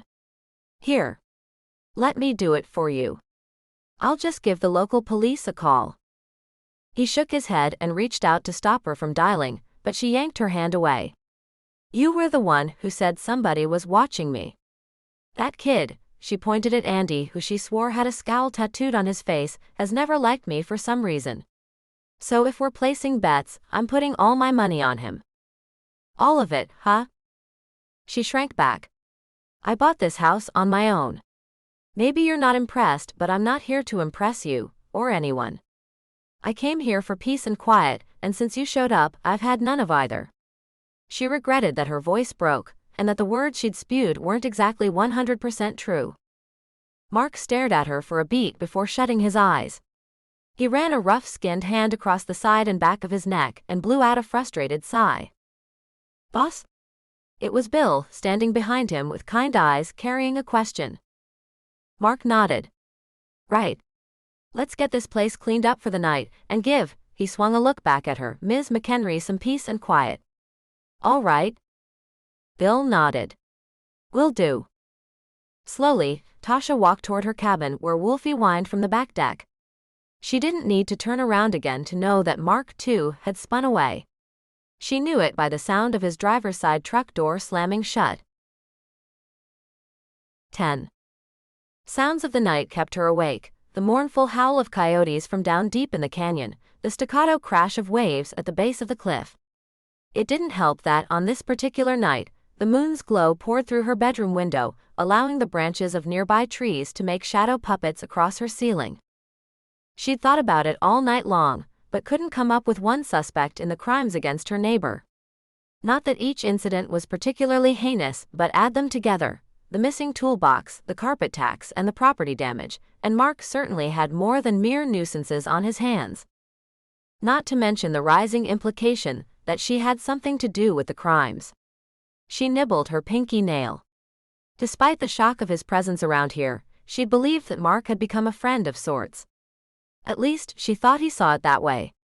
But then tonight, he'd quietly pressed her for answers. As if. Tasha ticked off her own mental list of suspects. Of course, Andy was at the top of that list. She didn't know too many residents yet, but those she was acquainted with didn't seem the type. More than likely, she didn't know the culprit at all. She sighed and turned over onto her side, that moon continuing to illuminate her thoughts.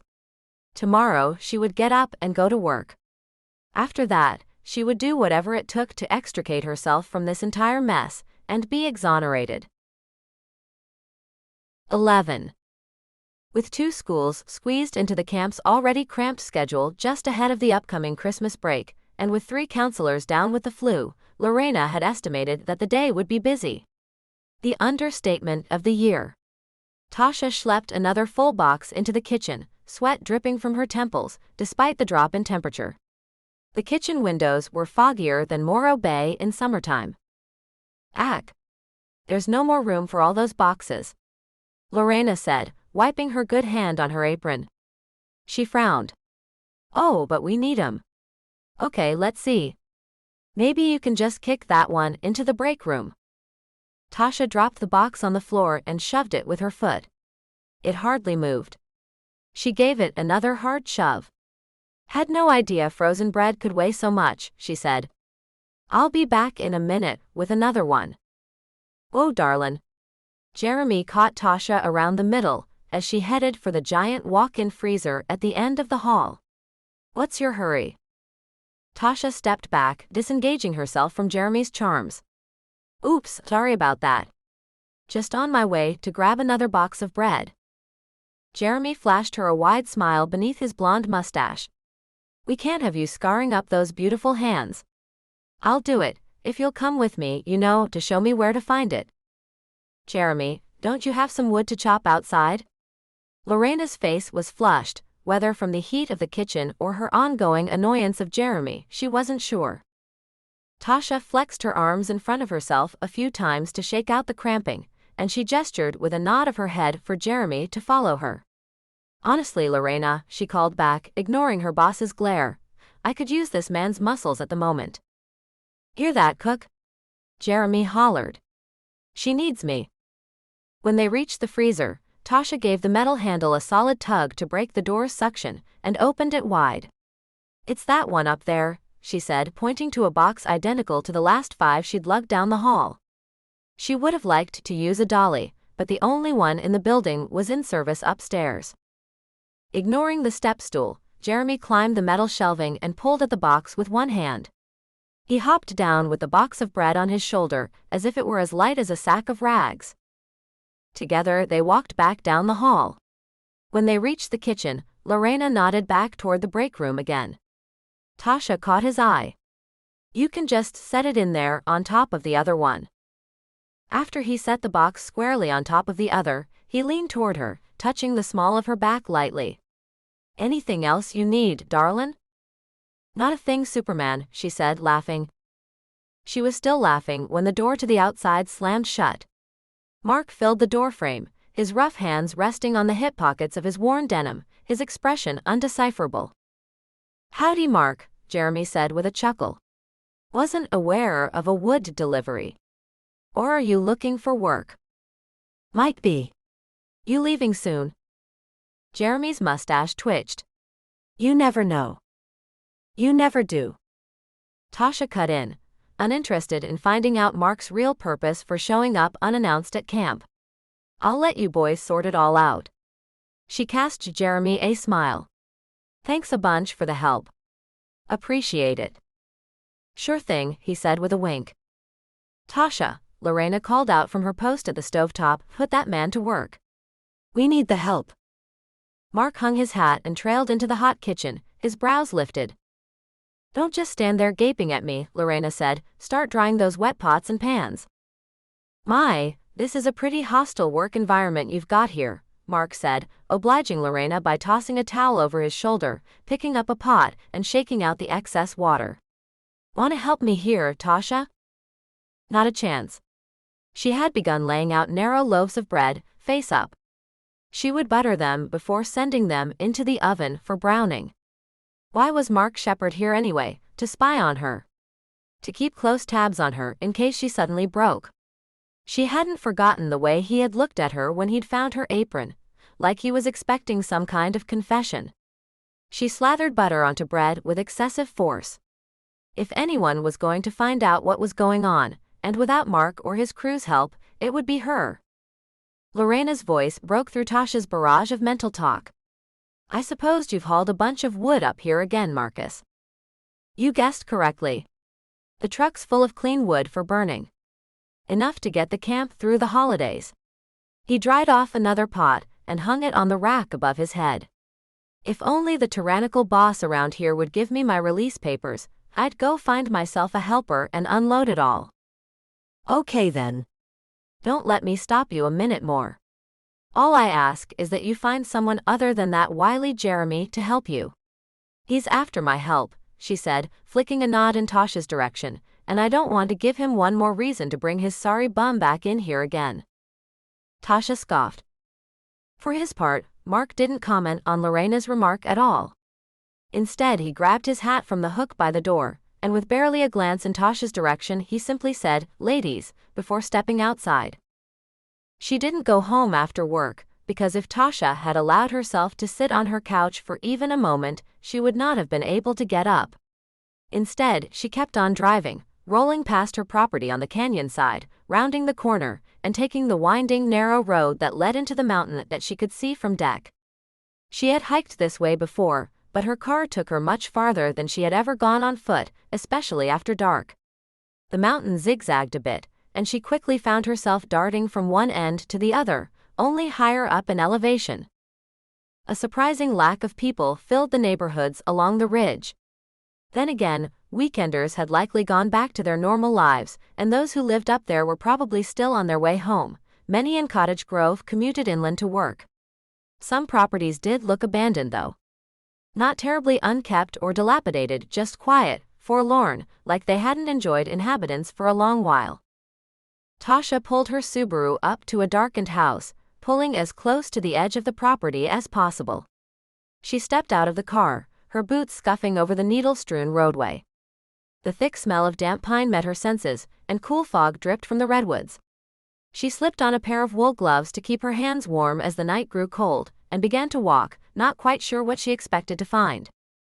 When her toe kicked a thin, woody branch that had fallen from a tree, she stooped and picked it up, bringing it along for a companion as she walked farther along the meandering road.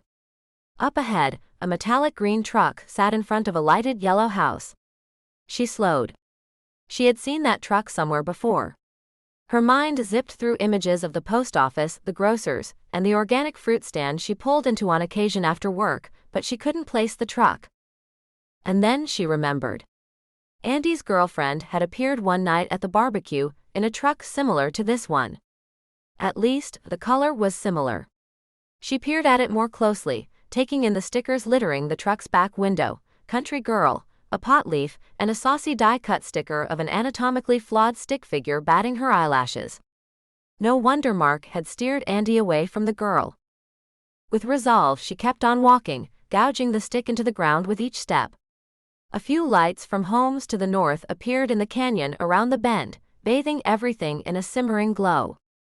She breathed in the earthy mix of dense wood air and listened for the rhythmic sounds of the sea that she enjoyed from her small cabin that sat closer to the cliff. Occasionally, a burst of water slamming into rock would reach her ears, but otherwise, the mood on the hill was more quiet and forest-like. When she rounded the corner that led her back across the front of the mountain, she stopped at the sound of sparring voices. Words like ogling and freezing and other woman pierced the silence. She glanced at the white-painted wood home to her right, its lights blazing. It hung over the edge of the cliff, and as she moved past it, she looked back up the hill to see dormers inset like winking eyes in the sky. Jim and Helena's house. She crept closer and listened in the dark to mangled sentences spoken in harsh tones. Guilt crept through her. What if they knew she was listening to their argument? Or at least, that she was trying to. Tasha shook her head of curls and blew out a breath, determined to keep what she heard, or what she thought she heard, to herself. She took a step back, forgetting that to get there in the first place, she had stepped over a row of river rock lining the home's perimeter. She stumbled backward, letting out a small cry as she caught herself from falling squarely on her tailbone. The unmistakable bark of an angry beagle interrupted the peaceful night. A screen door creaked open, then fell shut. As she scrambled to right herself, Tasha caught sight of a figure in the dark. "Somebody out here?" a voice called. She recognized the voice as Jim's. Tasha held up the stick. Yes. Jim, it's me, Tasha, from down the hill." Jim stood under the porch light, his eyes squinting. "What are you doing up here in the dark?" She forced a chuckle and poked the stick back onto the ground. "Just out for a walk. Work was exhausting today, so I thought I'd stretch my legs a bit. Sorry to have disturbed you." "No worries. You want a ride home?" A picture of her car, left next to an abandoned home, flashed through her mind. How awkward was this? And no thanks. She waved the stick in the air, still forcing that smile. "I'll be on my way now. Should be home soon." She hurried on to the south, past empty lots and a couple of dark cabins. 2 vehicles passed her, one a Jeep and the other a Subaru like hers, both continuing up the mountain until their red tail lights disappeared from sight. She ended up in front of a soaring glass and wood home with a fairy tale garden that elicited a gasp from her. Although winter was nearly upon them, the flora surrounding the house flourished with end-of-fall blooms, including the roses. No doubt the caretaker of this property was waiting until the bitter end to give those roses the deep pruning they would need to bloom like this again. Looking down the side of the house, her own cabin appeared in the distance, the twinkling white Christmas lights outlining her roof. She took another look at the elegant home. This was the house directly across from hers. She darted a glance up and down the street. Nothingness surrounded her. Carefully, she padded down the long and narrow side yard until she reached the face of the mountain on which this house hung, and a completely unencumbered view of the cliff on the other side of the canyon and the ocean beyond. Her mouth formed the word, "wow." She had specifically told her real estate agent that she wanted to live cliffside near the water, which is likely the reason she'd never seen the houses on this mountain up close. But wow. The view was spectacular, even in the dark. She imagined it was 10 times more magnificent in daylight. Tasha glanced into the owner's backyard, aware that just a few minutes ago she had been caught snooping at Jim and Helena's. Oh, but this backyard. 2 thickly padded wrought iron lounge chairs on wheels faced the expanse of canyon, cliff, and sea. If she lived here, she would probably recline out on one of those loungers every night, even if she had to bring a wool blanket with her for protection from the elements.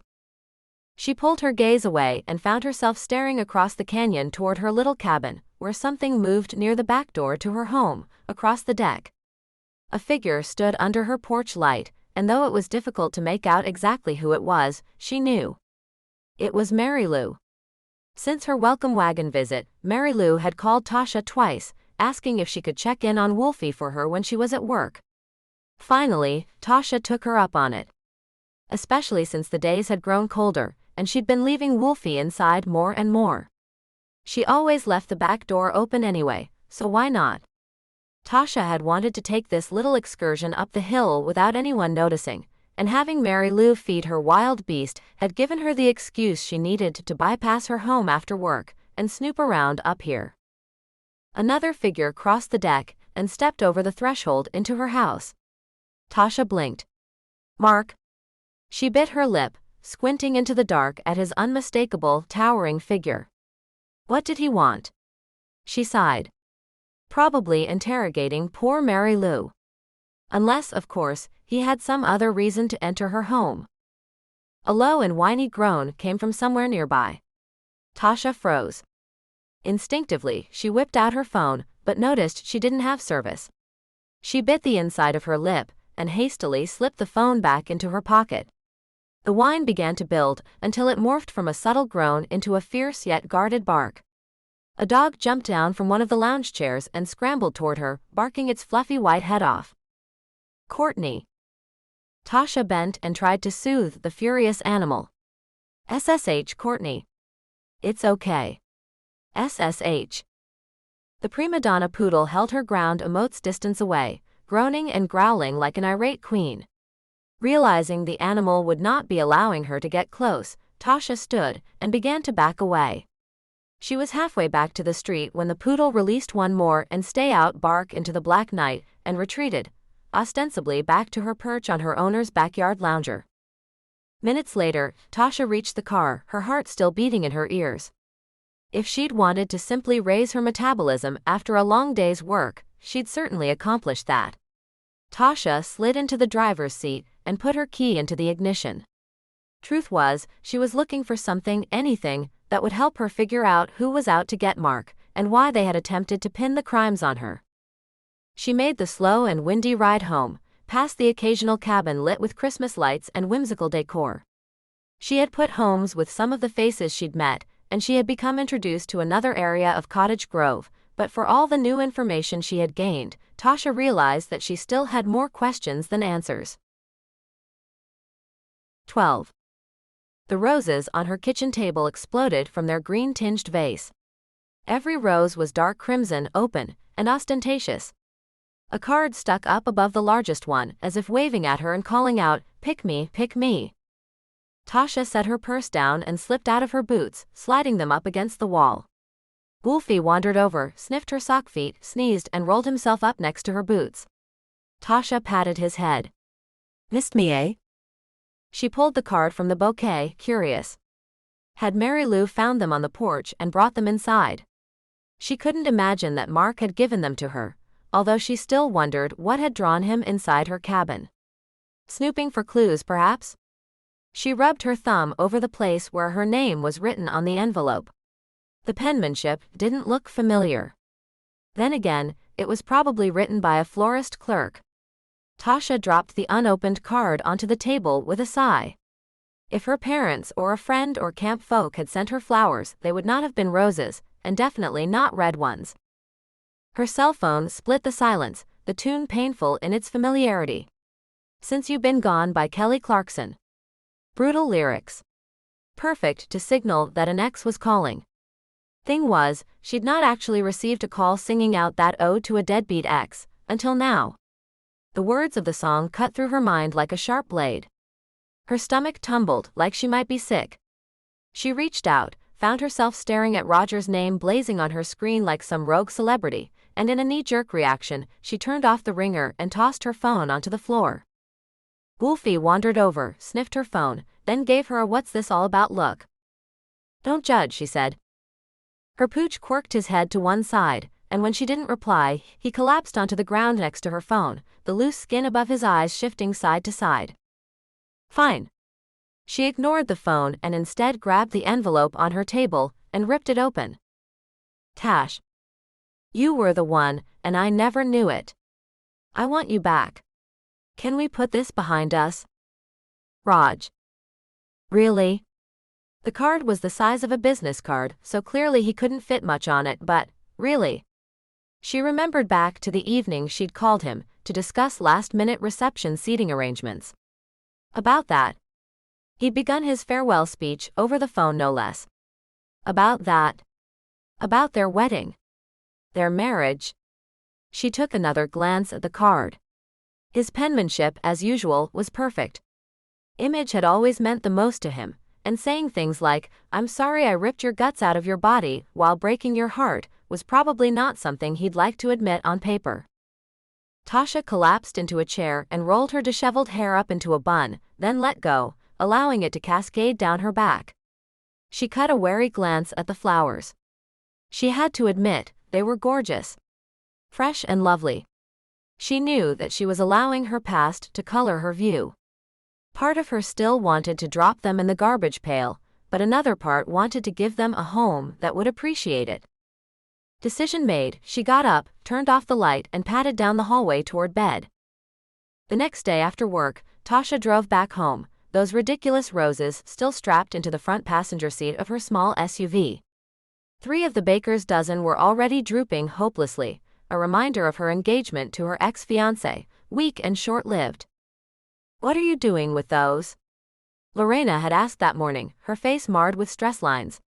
Tasha had just arrived and had schlepped the large bouquet up the back steps, thinking they'd brighten up the dreary cafeteria. She had hoped that by now they would have hauled out holiday decor and decked the halls. But they'd been short-handed, and besides, she'd heard that most of the decorations had turned up moldy after being stored in a leaky closet all year. "Just a little something to brighten up the cafe," she said. "Why? What's wrong?" Lorena bit her top lip. "You haven't heard, I guess." "Heard what?" She sighed. "Oh, it's a mess, really it is. Sit down and I'll make us some coffee." And that was when she learned that Jeremy had run off and married the camp director's daughter, without anyone's blessing. He was 32, and she was only 18. She pulled up next to the edge of her property, and released an exhausted sigh. The day had been long, and by the looks of things on her neighbor's property, the night could be longer. Marc had a full house over there. A fire had already been lit. Next thing you know, there'd be the mingling aromas of marinades and marbled meat wafting through the trees. Before she could turn the key in the lock of her front door, Marc was there to greet her. "Can we talk?" She glanced at the revelry going on next door. A girl was hanging on Andy's arm, the girl with the truck. Tasha eyed Marc, not sure she felt like dealing with any more drama tonight. She huffed and clicked open her door. "I guess," she said as he followed her inside. Tasha set the flowers back onto the table, along with her keys and bag. She didn't remove her coat. Instead, she swiveled around to face Marc, her hand leaning on a dining chair. "What did you want to talk about?" His face filled with concern, his brows lowered. "Are you okay?" She tilted her head slightly. "You mean about your near accusation the other day?" He stared at her, recognition lighting his eyes. "I thought you knew that. Surely you know that I don't think you're guilty of any wrongdoing." "Huh? Well, thanks for that." She made no attempt to force the sarcasm out of her tone. "Phew. Now I'll be able to sleep. Glad I could help." "What are you doing here, Marc?" He took a step toward her, his own strong arm finding the top of a dining room chair. "I heard about Jeremy." She relaxed. "Yeah. Hard day at camp. The director was AWOL today, but nobody blames him." "And you? How are you handling it?" "Me? Well, I'm fine, why do you ask?" His dark eyes zeroed in on her. "It seemed like you and Jeremy were pretty close." Tasha laughed. "Hard. What? Wait, because he helped me with a few boxes yesterday, you think I'm upset over his elopement?" "You were flirting with him." She frowned. "You have got to be kidding me." She shook her head. "If there's nothing else, Marc, I'm tired and I'd like to relax a bit, so. If you and Jeremy weren't seeing each other, then may I ask who sent the flowers?" He nodded toward the wilted bouquet on the table. "Is that what all this questioning is about?" She crossed her arms, her laughter without much mirth. "You think Jeremy sent me flowers and then ran off with the boss's daughter? Man, that would have made me a little testy." He rubbed his face, his hand scraping across stubble. For the first time, the confidence in his eyes wavered. She kind of enjoyed seeing that. "I suppose I misjudged the situation," he said. "I suppose you did." I'm sorry. Marc, why do you care who sent me the flowers? Or if Jeremy and I had a thing going? Aren't I the enemy? He shook his head. I thought I already, no. No, I don't think you're a criminal, Tasha. Gee, thanks. You're really not going to let me get off the hook easily, are you? No. His dark eyes turned into pools of sadness and she sighed, exasperated. Sit down, she said, pointing to a seat at the end of the table. As he took a seat, she did too. The roses are from my ex. He listened and nodded, but didn't say anything. Roger called off our wedding less than 2 days before we were to walk down the aisle. Oh, Tasha. She waved a hand at him. It was hard at first. Very hard. But I moved here to start fresh in this beautiful place, even though the house does need a ton of work. I figured the peace and quiet would be good for me. And then I showed up with my work crew. Right. Well, best laid plans and all of that. She idly splayed her left hand on the table. He reached for it, and she darted a look at him. You know you drive me crazy, don't you? For once, she couldn't say a thing. He kept holding her hand and staring at her. I just have one question, he said, his voice a dark whisper. She quirked her head, waiting. Do you want him back? Early the next morning, Tasha slipped out the door, coffee in hand, and settled on a cushioned seat on the small patio on the front side of her cabin, the one overlooking the street and the sea beyond it. The eastern sunrise cast a red and yellow glow across the sky, but nothing about the water looked amiss. The waves appeared calm today, with only an occasional slosh against the cliff's edge. She took a sip of her hot coffee. Marc had asked her a question last night, and though she knew the answer deep in her heart, she hadn't divulged it fully to him. Now, as she sat here contemplating the day, she wondered why. As it was, they spent the evening talking just about everything else, trivial to significant, in their lives. He had expressed his sympathy for her broken heart, and she in turn had felt her chest clench more than once when he told her that he'd lost both of his parents before he turned 18. No wonder he had such a soft spot for Andy and the other crew members. We need to get a move on. Helena huffed her way along the road, her tiny hands rolled into even smaller fists. Jim trailed behind, his pet beagle coughing and straining forward. For once in your life, woman, stop trying to control everything. Tasha shrank back in her chair, as if she were about to be caught eavesdropping. Again. Kind of unfair, considering she'd spent far less time on this patio than she imagined she would. Well, hello, Miss Tasha. Mr. Cho drew up behind Jim, Courtney prancing along beside him. The morning had become a regular neighbor brigade. She waved to Mr. Cho from her perch, causing Jim to swivel a look at her. His scowl morphed into a smile. After they moved on, a truck pulled up in front of Marc's lot, followed by another. With one last glance out to sea, Tasha drained her coffee cup. She took the activity around her as a sign that it was time to get to work. After another long day's work, Tasha stepped out of her car and lingered by the edge of the road. A crew of 4 guys, including Marc, were ogling their day's progress. She knew this day was coming, the day she would arrive home to find cement poured and curing. With winter on its way, she'd actually believed that this part of the project would have already been done. Of course, that was before a variety of questionable activities had slowed the process. Tasha assessed the gray geometric pattern that served as a base for a soon-to-be home, noting the way the immense pine skirted the home's foundation from a respectful distance. She knew that it had to go, and again, had thought the deed would already have been done by now. After a few breezy more minutes, Tasha emerged from her discreet watching place beside her car. She hiked her bag over one shoulder and made her way to her cabin, not immediately noticing that a visitor waited with his back against the wall of her home. Roger. His hair was the same sandy brown she'd remembered, only less architectural. The angles had been replaced by length and wisps that reached his collar, the effect startling and different, as if he were someone else. I've missed you, was all he said. Tasha sensed eyes from the crew next door on her. Their chatter stilled. She darted a look to her porch out front, then to the back deck, before releasing a breath and giving up. Come inside, she said, and unlocked the door to her home. He wandered in behind her like a puppy dog who had been swatted with a rolled-up newspaper after leaving his master a present on the living room carpet. Inside, Tasha dropped her bag and pivoted. She wanted to look at him full force, but also to leave plenty of space between them. He could always make her heart race, especially in the beginning, but her pulse was barely a whisper above its norm right now. And that was probably because she was simply tired and hungry.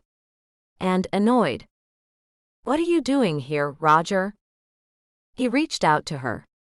I wish you would call me Raj like you always used to. She waited. He moved closer. Roger, I can't.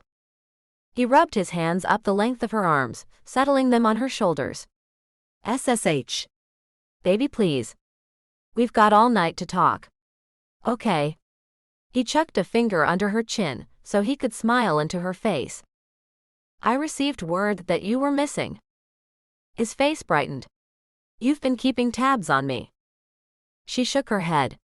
No, He put a forefinger to her lips and kissed her forehead before drawing back. You watching out for me is the best news I've heard all day. I couldn't go on in that dreary office without you there. None of those women get me, you know. Well, with all due respect, she gently pulled herself out of Roger's embrace, you aren't engaged to any of those women. About that. Maybe I was too hasty. An hour later, Tasha stood on her deck, taking in the wide expanse of canyon and mountain behind her house, the moon's glow casting it all in a shimmery haze. If she turned just so, she could take in all the activity and celebration going on next door, and though she no longer cared to vilify Marc and his crew, she decided that perhaps it was time to erect a fence between their properties. Nothing offensively airtight, but something that could be a visual divide between their two homes. He would have his privacy and she would have hers, something she desperately needed right now. Knock knock. She closed her eyes, stifling a sigh. Come on in, Marc, she said without turning around. Her eyes were still closed. His boots resounded on the deck. Your visitor ran out of here in a hurry. Tasha allowed her eyes to flutter open. She turned to him. You are observant. Glad that's all you called me. He smiled.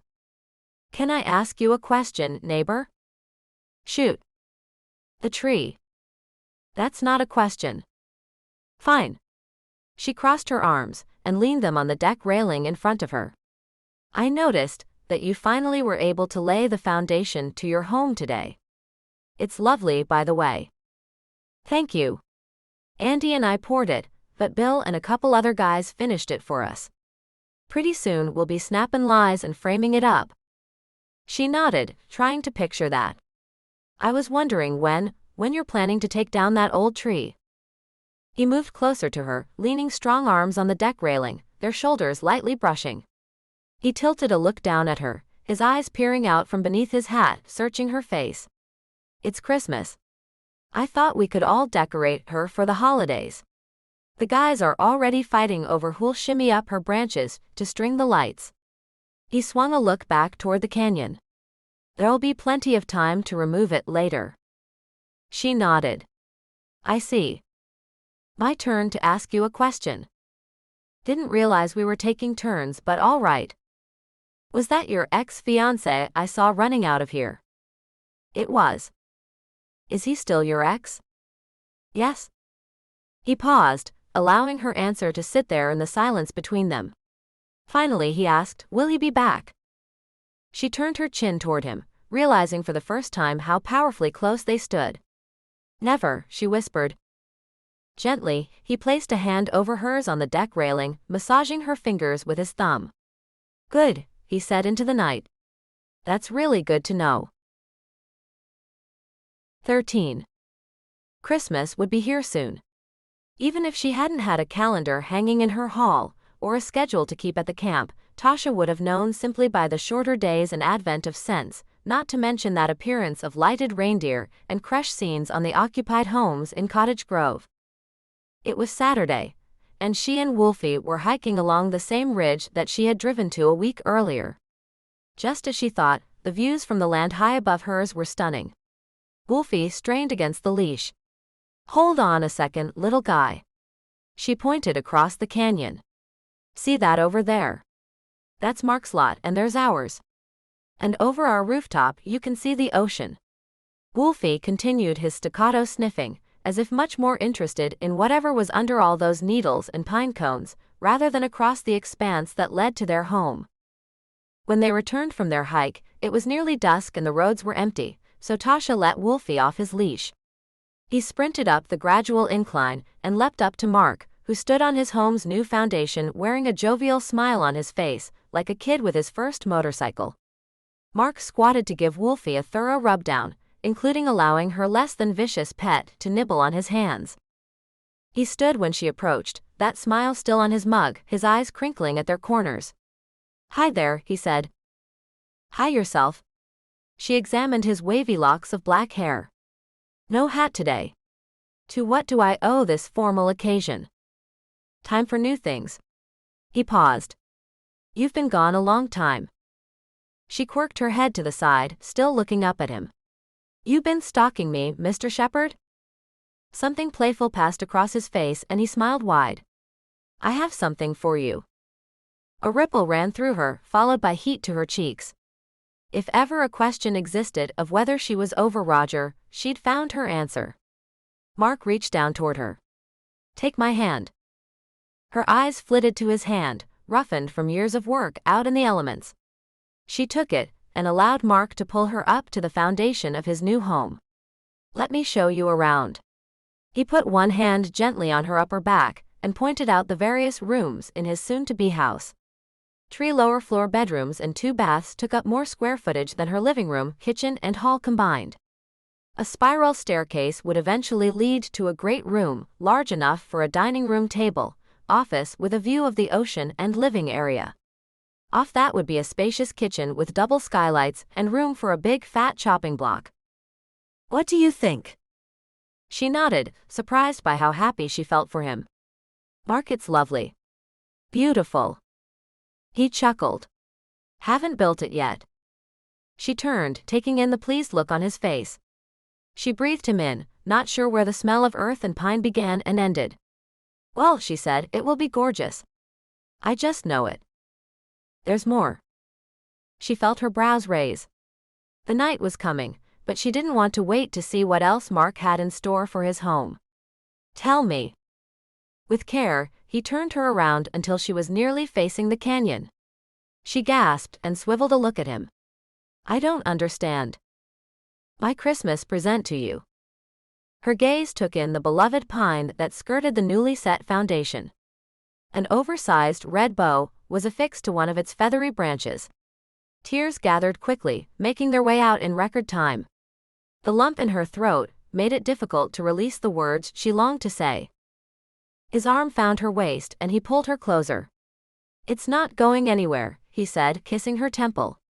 And there are more surprises on the horizon. Still unable to speak, Tasha turned to him, allowing her body to fold into his embrace. And then she told him what his gift meant to her, without ever saying a word. After Marc had kissed her goodnight, Tasha wandered into her cabin with Wolfie in tow. She went about shucking her jacket and kicking off her boots, her lips still warmed by Marc's. She slipped her stocking feet into a pair of furry slippers, filled up Wolfie's food and water dishes, and was about to curl up on her couch for a good bit of reliving and dreaming, when she noticed the wine bottle, a decanter filled with dark cherry-colored wine, and a note on the kitchen table. The elegant bottle of aged Cabernet had come from one of her favorite California vineyards. She read the note. Dear Tasha, I hope you will have a glass of wine tonight and relax, thinking of us. My love. Marc. She swung a look at the door and smiled. He'd said there would be more surprises. That man thinks of everything. She didn't have to be told twice. 14. The first thing she remembered when she awoke from the most heinous dream of her life was the headache. An incessant throb started at the base of her head and wrapped its way up the curve of her skull until settling at the peak. Pressure rained down on her eyes and to her cheekbones. She attempted to reach up and massage away the pain, but couldn't, her hands wound together in front of her with strong woven strips of nylon. A cry ripped from her throat, its sound warbly, terrified. She forced her lids open, her eyes assaulted by cold, early morning air. They burned until tears formed and she would have to let them close again. Dear God, she prayed, what happened? Something rustled in nearby fauna. She snapped her eyes open, allowing them to burn as she investigated. Dense vegetation surrounded her, the air eerily quiet. She saw no one. Heard no one. How in the world did she get here? Spotting the trunk of a tree, Tasha inched her way toward it on her back. Any movement was laborious, intense, so much that she might as well have been dragging a fully loaded trailer behind her. When she reached the base of the tree, she laid there, her breathing heavy and jagged. She fought the tears, but they forced their way through anyway. With all the force she could gather, she poised her tied hands in front of her, grunting as she pulled herself into a sitting position. Although she'd neglected her upper body for months now, years of yoga had prepared her ab muscles for this moment. With her back against that tree, she gazed into the wooded land, taking in its beauty, both foreboding and comforting. Foreboding because of the secrets it held, but otherwise green and lush, although terribly cold. It would warm up, she knew. She hung on to that promise. Certain that she'd been left there alone, for whatever reason she couldn't fathom, Tasha allowed her eyes to flop shut again. She knew she should try to stand, to get out of there, but fatigue had wrapped its suffocating arms around her and she drifted into them. Her mind played a voice. She couldn't make it out, though it sounded familiar. The words, what were the words? You thought you could trust me. You didn't mean what you said, did you? You know you drive me crazy, don't you? Wait. Marc had left her something. What was it? What? She tried to stay awake, stretching her brows upward, but her eyes would not open. Could not open. Oh, the pain in her head.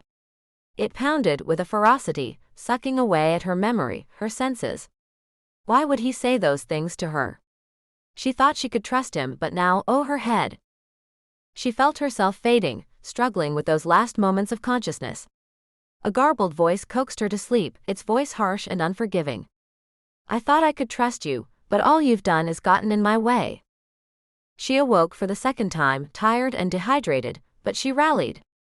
The netting tied around her feet was no match for the sharp, rugged rock not far from where she'd laid her head. The nylon around her hands was another story.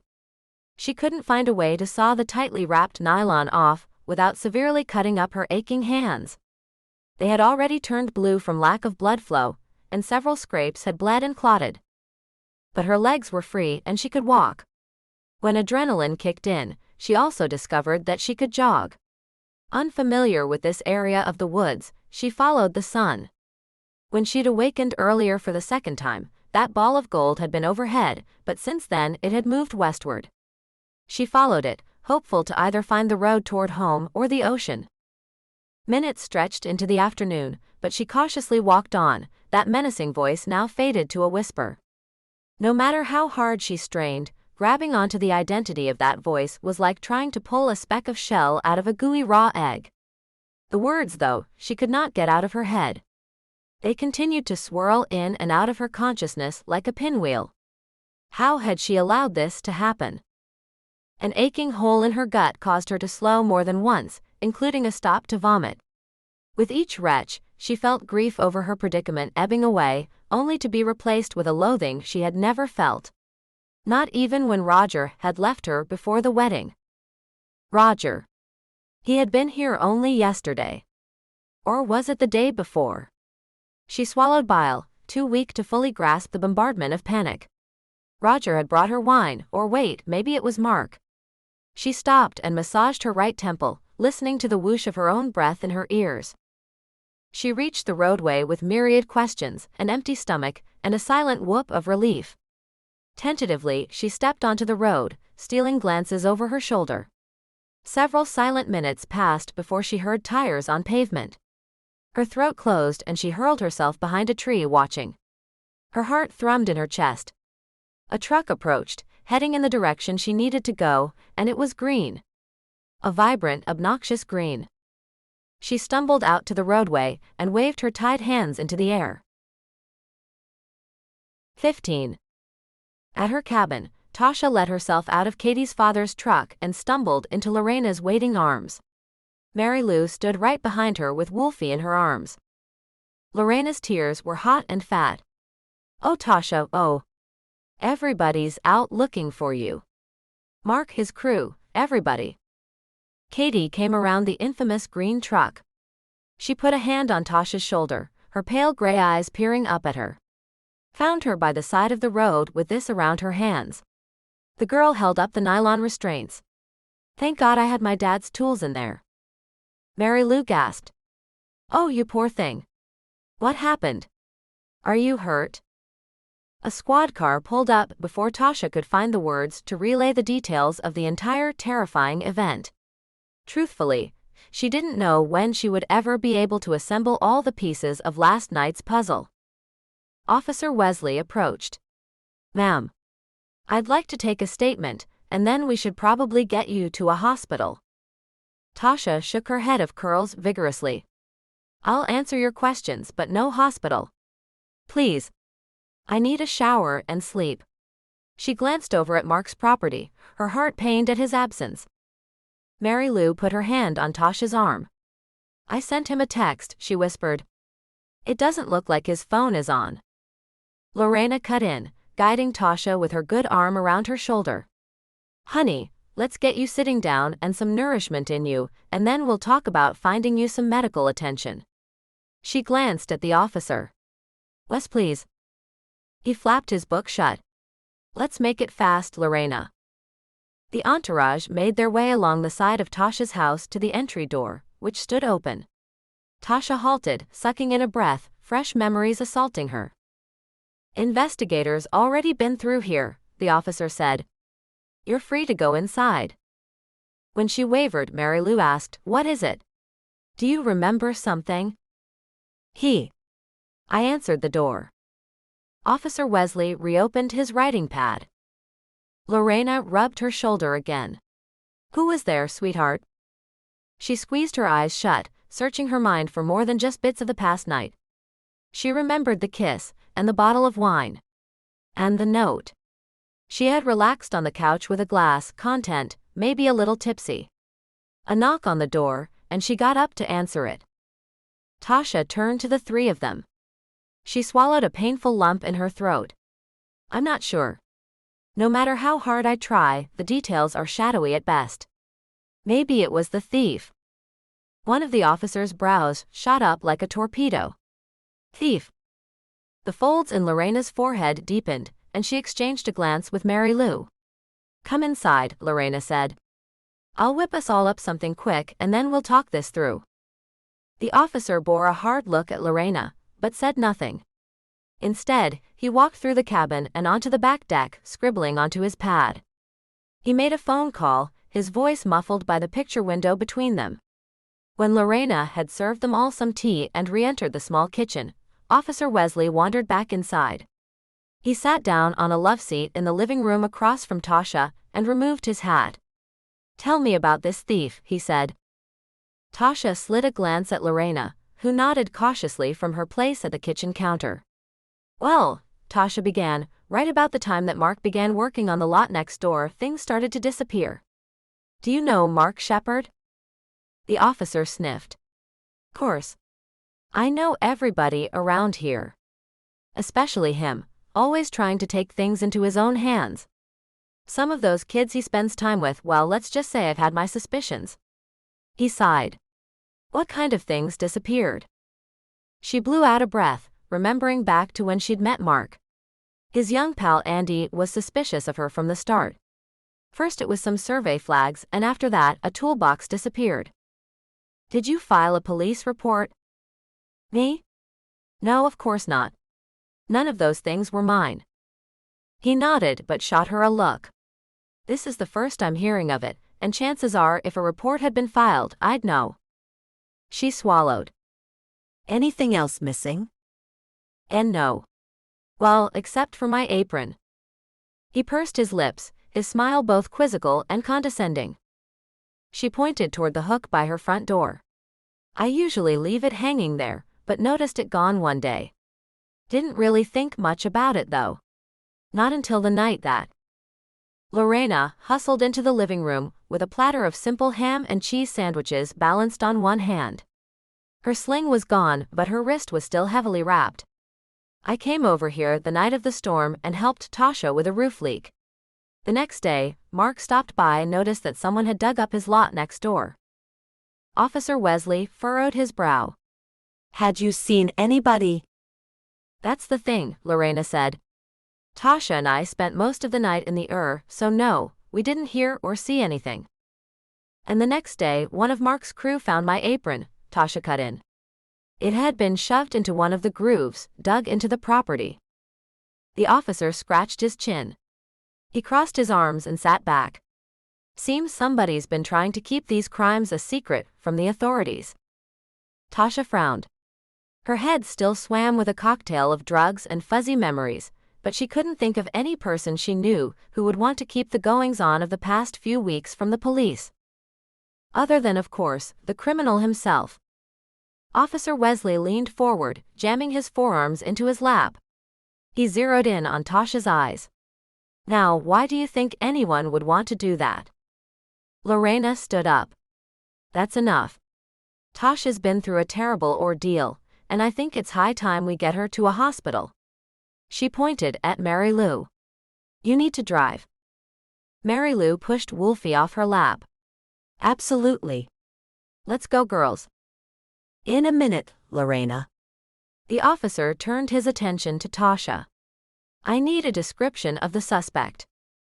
She already said she doesn't remember anything, Lorena shot back. Fine. He balanced his hat back on his head. I'll follow you in my squad car, and we'll do this in the hospital. Tasha forced another bite of sandwich into her. Her eyes watered and queasiness threatened her. No, Lorena, it's fine. I am not feeling well, officer, but I'll tell you everything. Everything I remember. He flipped over another page on his pad. You said someone came to the door. What happened before that? For the first time since she'd walked back into her home, she relayed everything she could remember. Marc's Christmas gift, followed by a bottle of red and a sweet note left on her table. Okay, and then you heard a knock on the door. Yes. So you got up and answered it. Yes. And Lorena rubbed her back.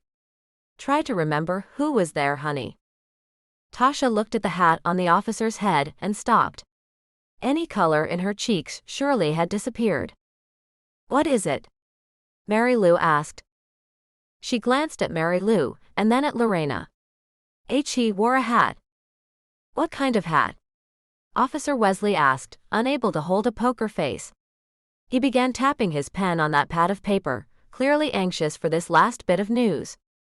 She gulped air and looked to Lorena for strength, blinking rapidly. A black one, she said, her eyes flooding. A black cowboy hat. A painful silence swept into the room. But wait, Tasha blurted, shaking her head. Don't read anything into that, I'm so confused right now.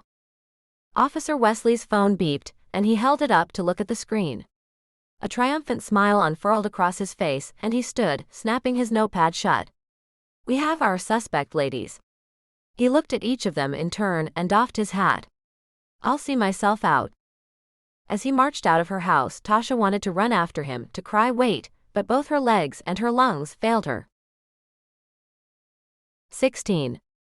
Tasha zipped her jacket to her chin, the winter wind forcing its way into and under every gap of her outfit.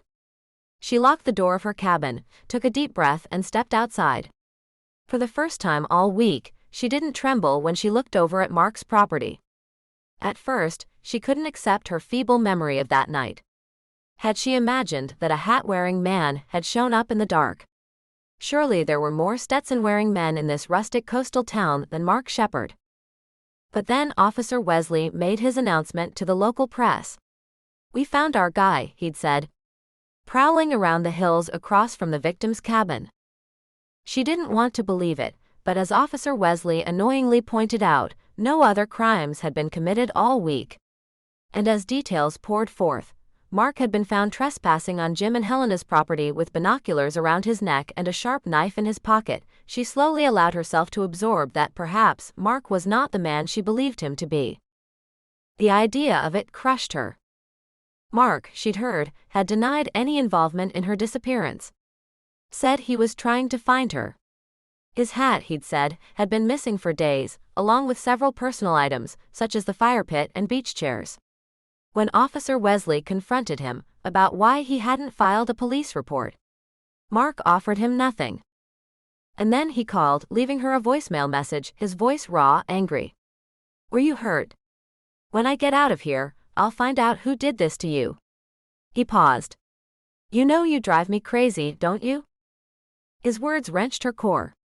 She'd heard those same words before from him, and from the perpetrator. Was it really possible that they were one in the same? Though the authorities pressed Tasha for more information, she kept this memory to herself.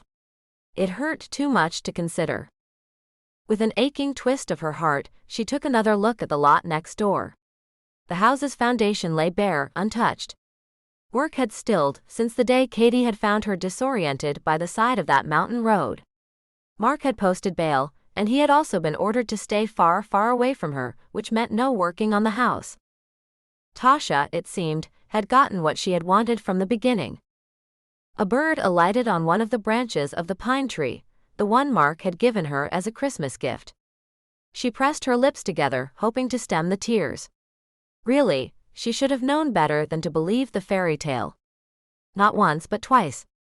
First Roger. Then Marc. What was that old saying? Fool me once, shame on you. Fool me twice, shame on me. Despite Lorena's objections, Tasha wanted to go back to work today. She needed to go back. Her poor boss had been working like a fiend on this Christmas week with her arm still sore.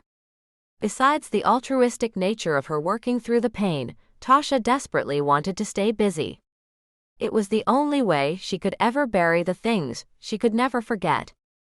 She drove slowly through the brightness of morning and pulled into the camp parking lot, pleased to see lights strung around the cafeteria and a manger scene set up in front.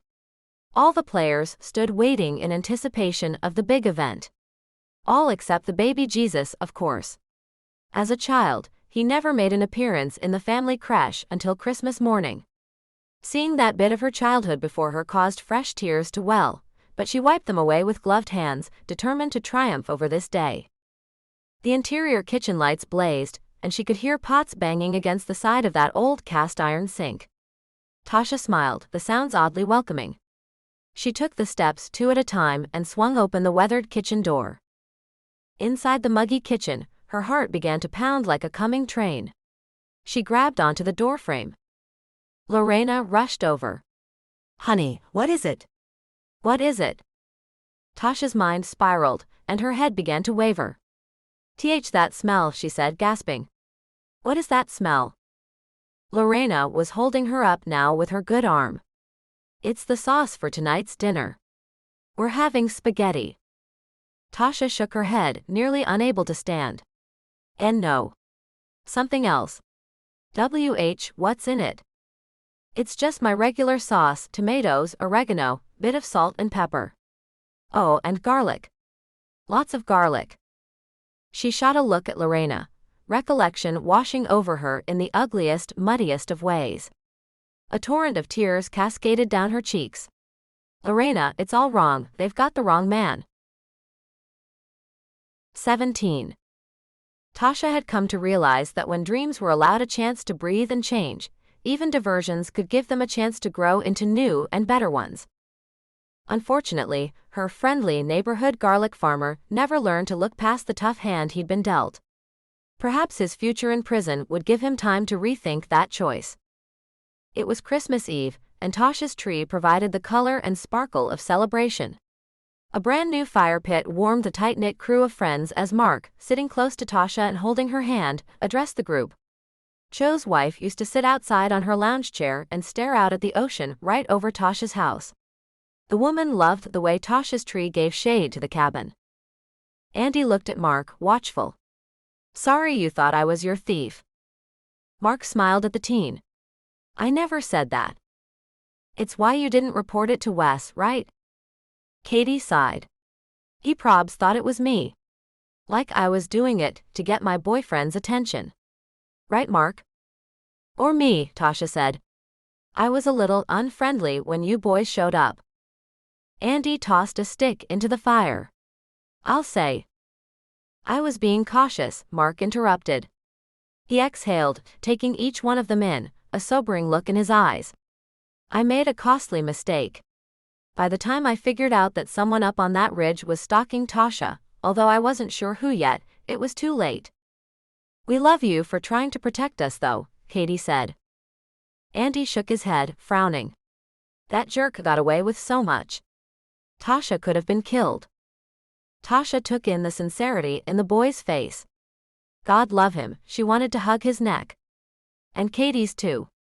She would never ever forget the care and concern the young girl gave her when she needed it most. The girl's actions had changed Marc's mind about her too. Marc tightened his grip on Tasha's hand, pulled it to his mouth, and kissed her fingers. So wait. You're telling me that Cho did all this because he missed his wife? Jim piped in, shaking his head. That's nuts. Helena scowled. Jim threw an arm over her shoulder, his elbow sticking up behind her chair. I mean, there are better ways to show a woman you care. Lorena let out a whoop and a laugh. Her husband George sat beside her, his smile mellow and warm. In his sick mind, Cho thought that he could keep the memory of their marriage alive, and maybe even woo her back, if nothing in his view changed. When Tasha bought the house, he wasn't too alarmed. He saw a young woman and figured that she wouldn't have the resources to change too much, let alone put an addition on the house that would wreck his memories. Tasha shook her head, screwing up her mouth. Sexist. Bill cut in.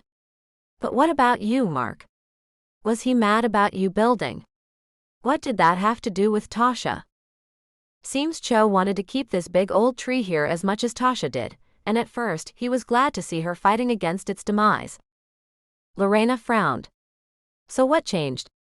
You gave her the tree, didn't he know that? Tasha sighed. I found out a few weeks ago that Mr. Cho had a direct view of my house. She swiveled a look at Jim. Don't ask me how. He chuckled and held up both palms. You got it.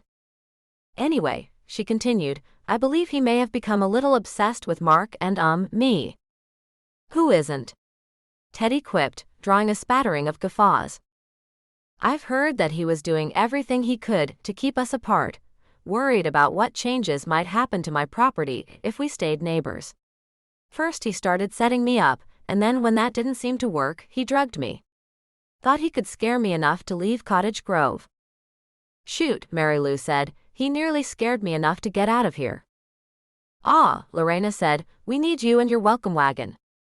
Andy watched Tasha and Marc, a thoughtful expression on his face. I still don't get it. Why was he trying to keep you guys apart? Katie nudged him hard, and when he swung a look back at her, she shushed him and flicked her chin toward Marc. All chins followed suit because Marc hadn't heard a word Andy said. His clear eyes were focused solely on Tasha's, a hint of something a little serious and definitely overwhelming brimming in his gaze. I love you, he whispered, as if they were the only two people sitting on that slab of concrete in the cool coastal mountain air. Oh brother, Andy said to the laughter of those around him. Tasha ignored the snickering and smiled at Marc, meaning it with every piece of her. See what she meant about dreams? She'd moved here to run away from heartbreak and found herself right smack in the middle of love, really, for the very first time. I love you too, cowboy, she said, her eyes brimming with something too. I'm glad you're my neighbor. Marc threw back a laugh, his new Stetson dropping to the ground behind them. With a swoop, he took Tasha's face in his hands and kissed her, unleashing a torrent of passion. That's going to change, he whispered harshly, his voice thick with emotion. If I have anything to say about it, sweetheart, that's going to change. She knew without a doubt that this wasn't wishful thinking on Marc's part. Truth was, Tasha couldn't wait to see what changes her Stetson-wearing contractor had in mind. Would you like to read Book 2 in the Cottage Grove mystery series? Read The Christmas Killer now on Kindle Unlimited. If you enjoyed this story, would you consider leaving a review? Here's where to find The Christmas Thief on Amazon. Now, turn the page for Lorena's Italian spaghetti sauce recipe. Lorena's Italian spaghetti sauce. 1 large pot. 1 wooden spoon. 1 tablespoon extra virgin olive oil, adjust to size of pot. 6 cloves garlic. 2 28 ounces, cans crushed tomatoes. 1 teaspoon dried oregano. 1 bay leaf. Half a teaspoon salt or to taste. 1 tablespoon red wine, Cabernet or Chianti work well. Mince the garlic and set aside. Add the olive oil to the pot, covering the bottom with a thin layer, may need to add a little more oil. Add the garlic and sauté only to soften, toss any pieces that burn. Once garlic is softened, add both cans of tomatoes. Stir. Add the rest of ingredients, mixing well. Cook on low with lid askew so that the sauce will thicken. Lorena cooks the sauce for 2 or 3 hours, depending on desired thickness, stirring often with the wooden spoon. Make sure to scrape the sides of the pot occasionally. Cook until it tastes perfecto. Spoon sauce over your pasta of choice. Buon appetito! Thank you for listening to The Christmas Thief by Julie Carobini. Copyright by Julie Carobini. All rights reserved.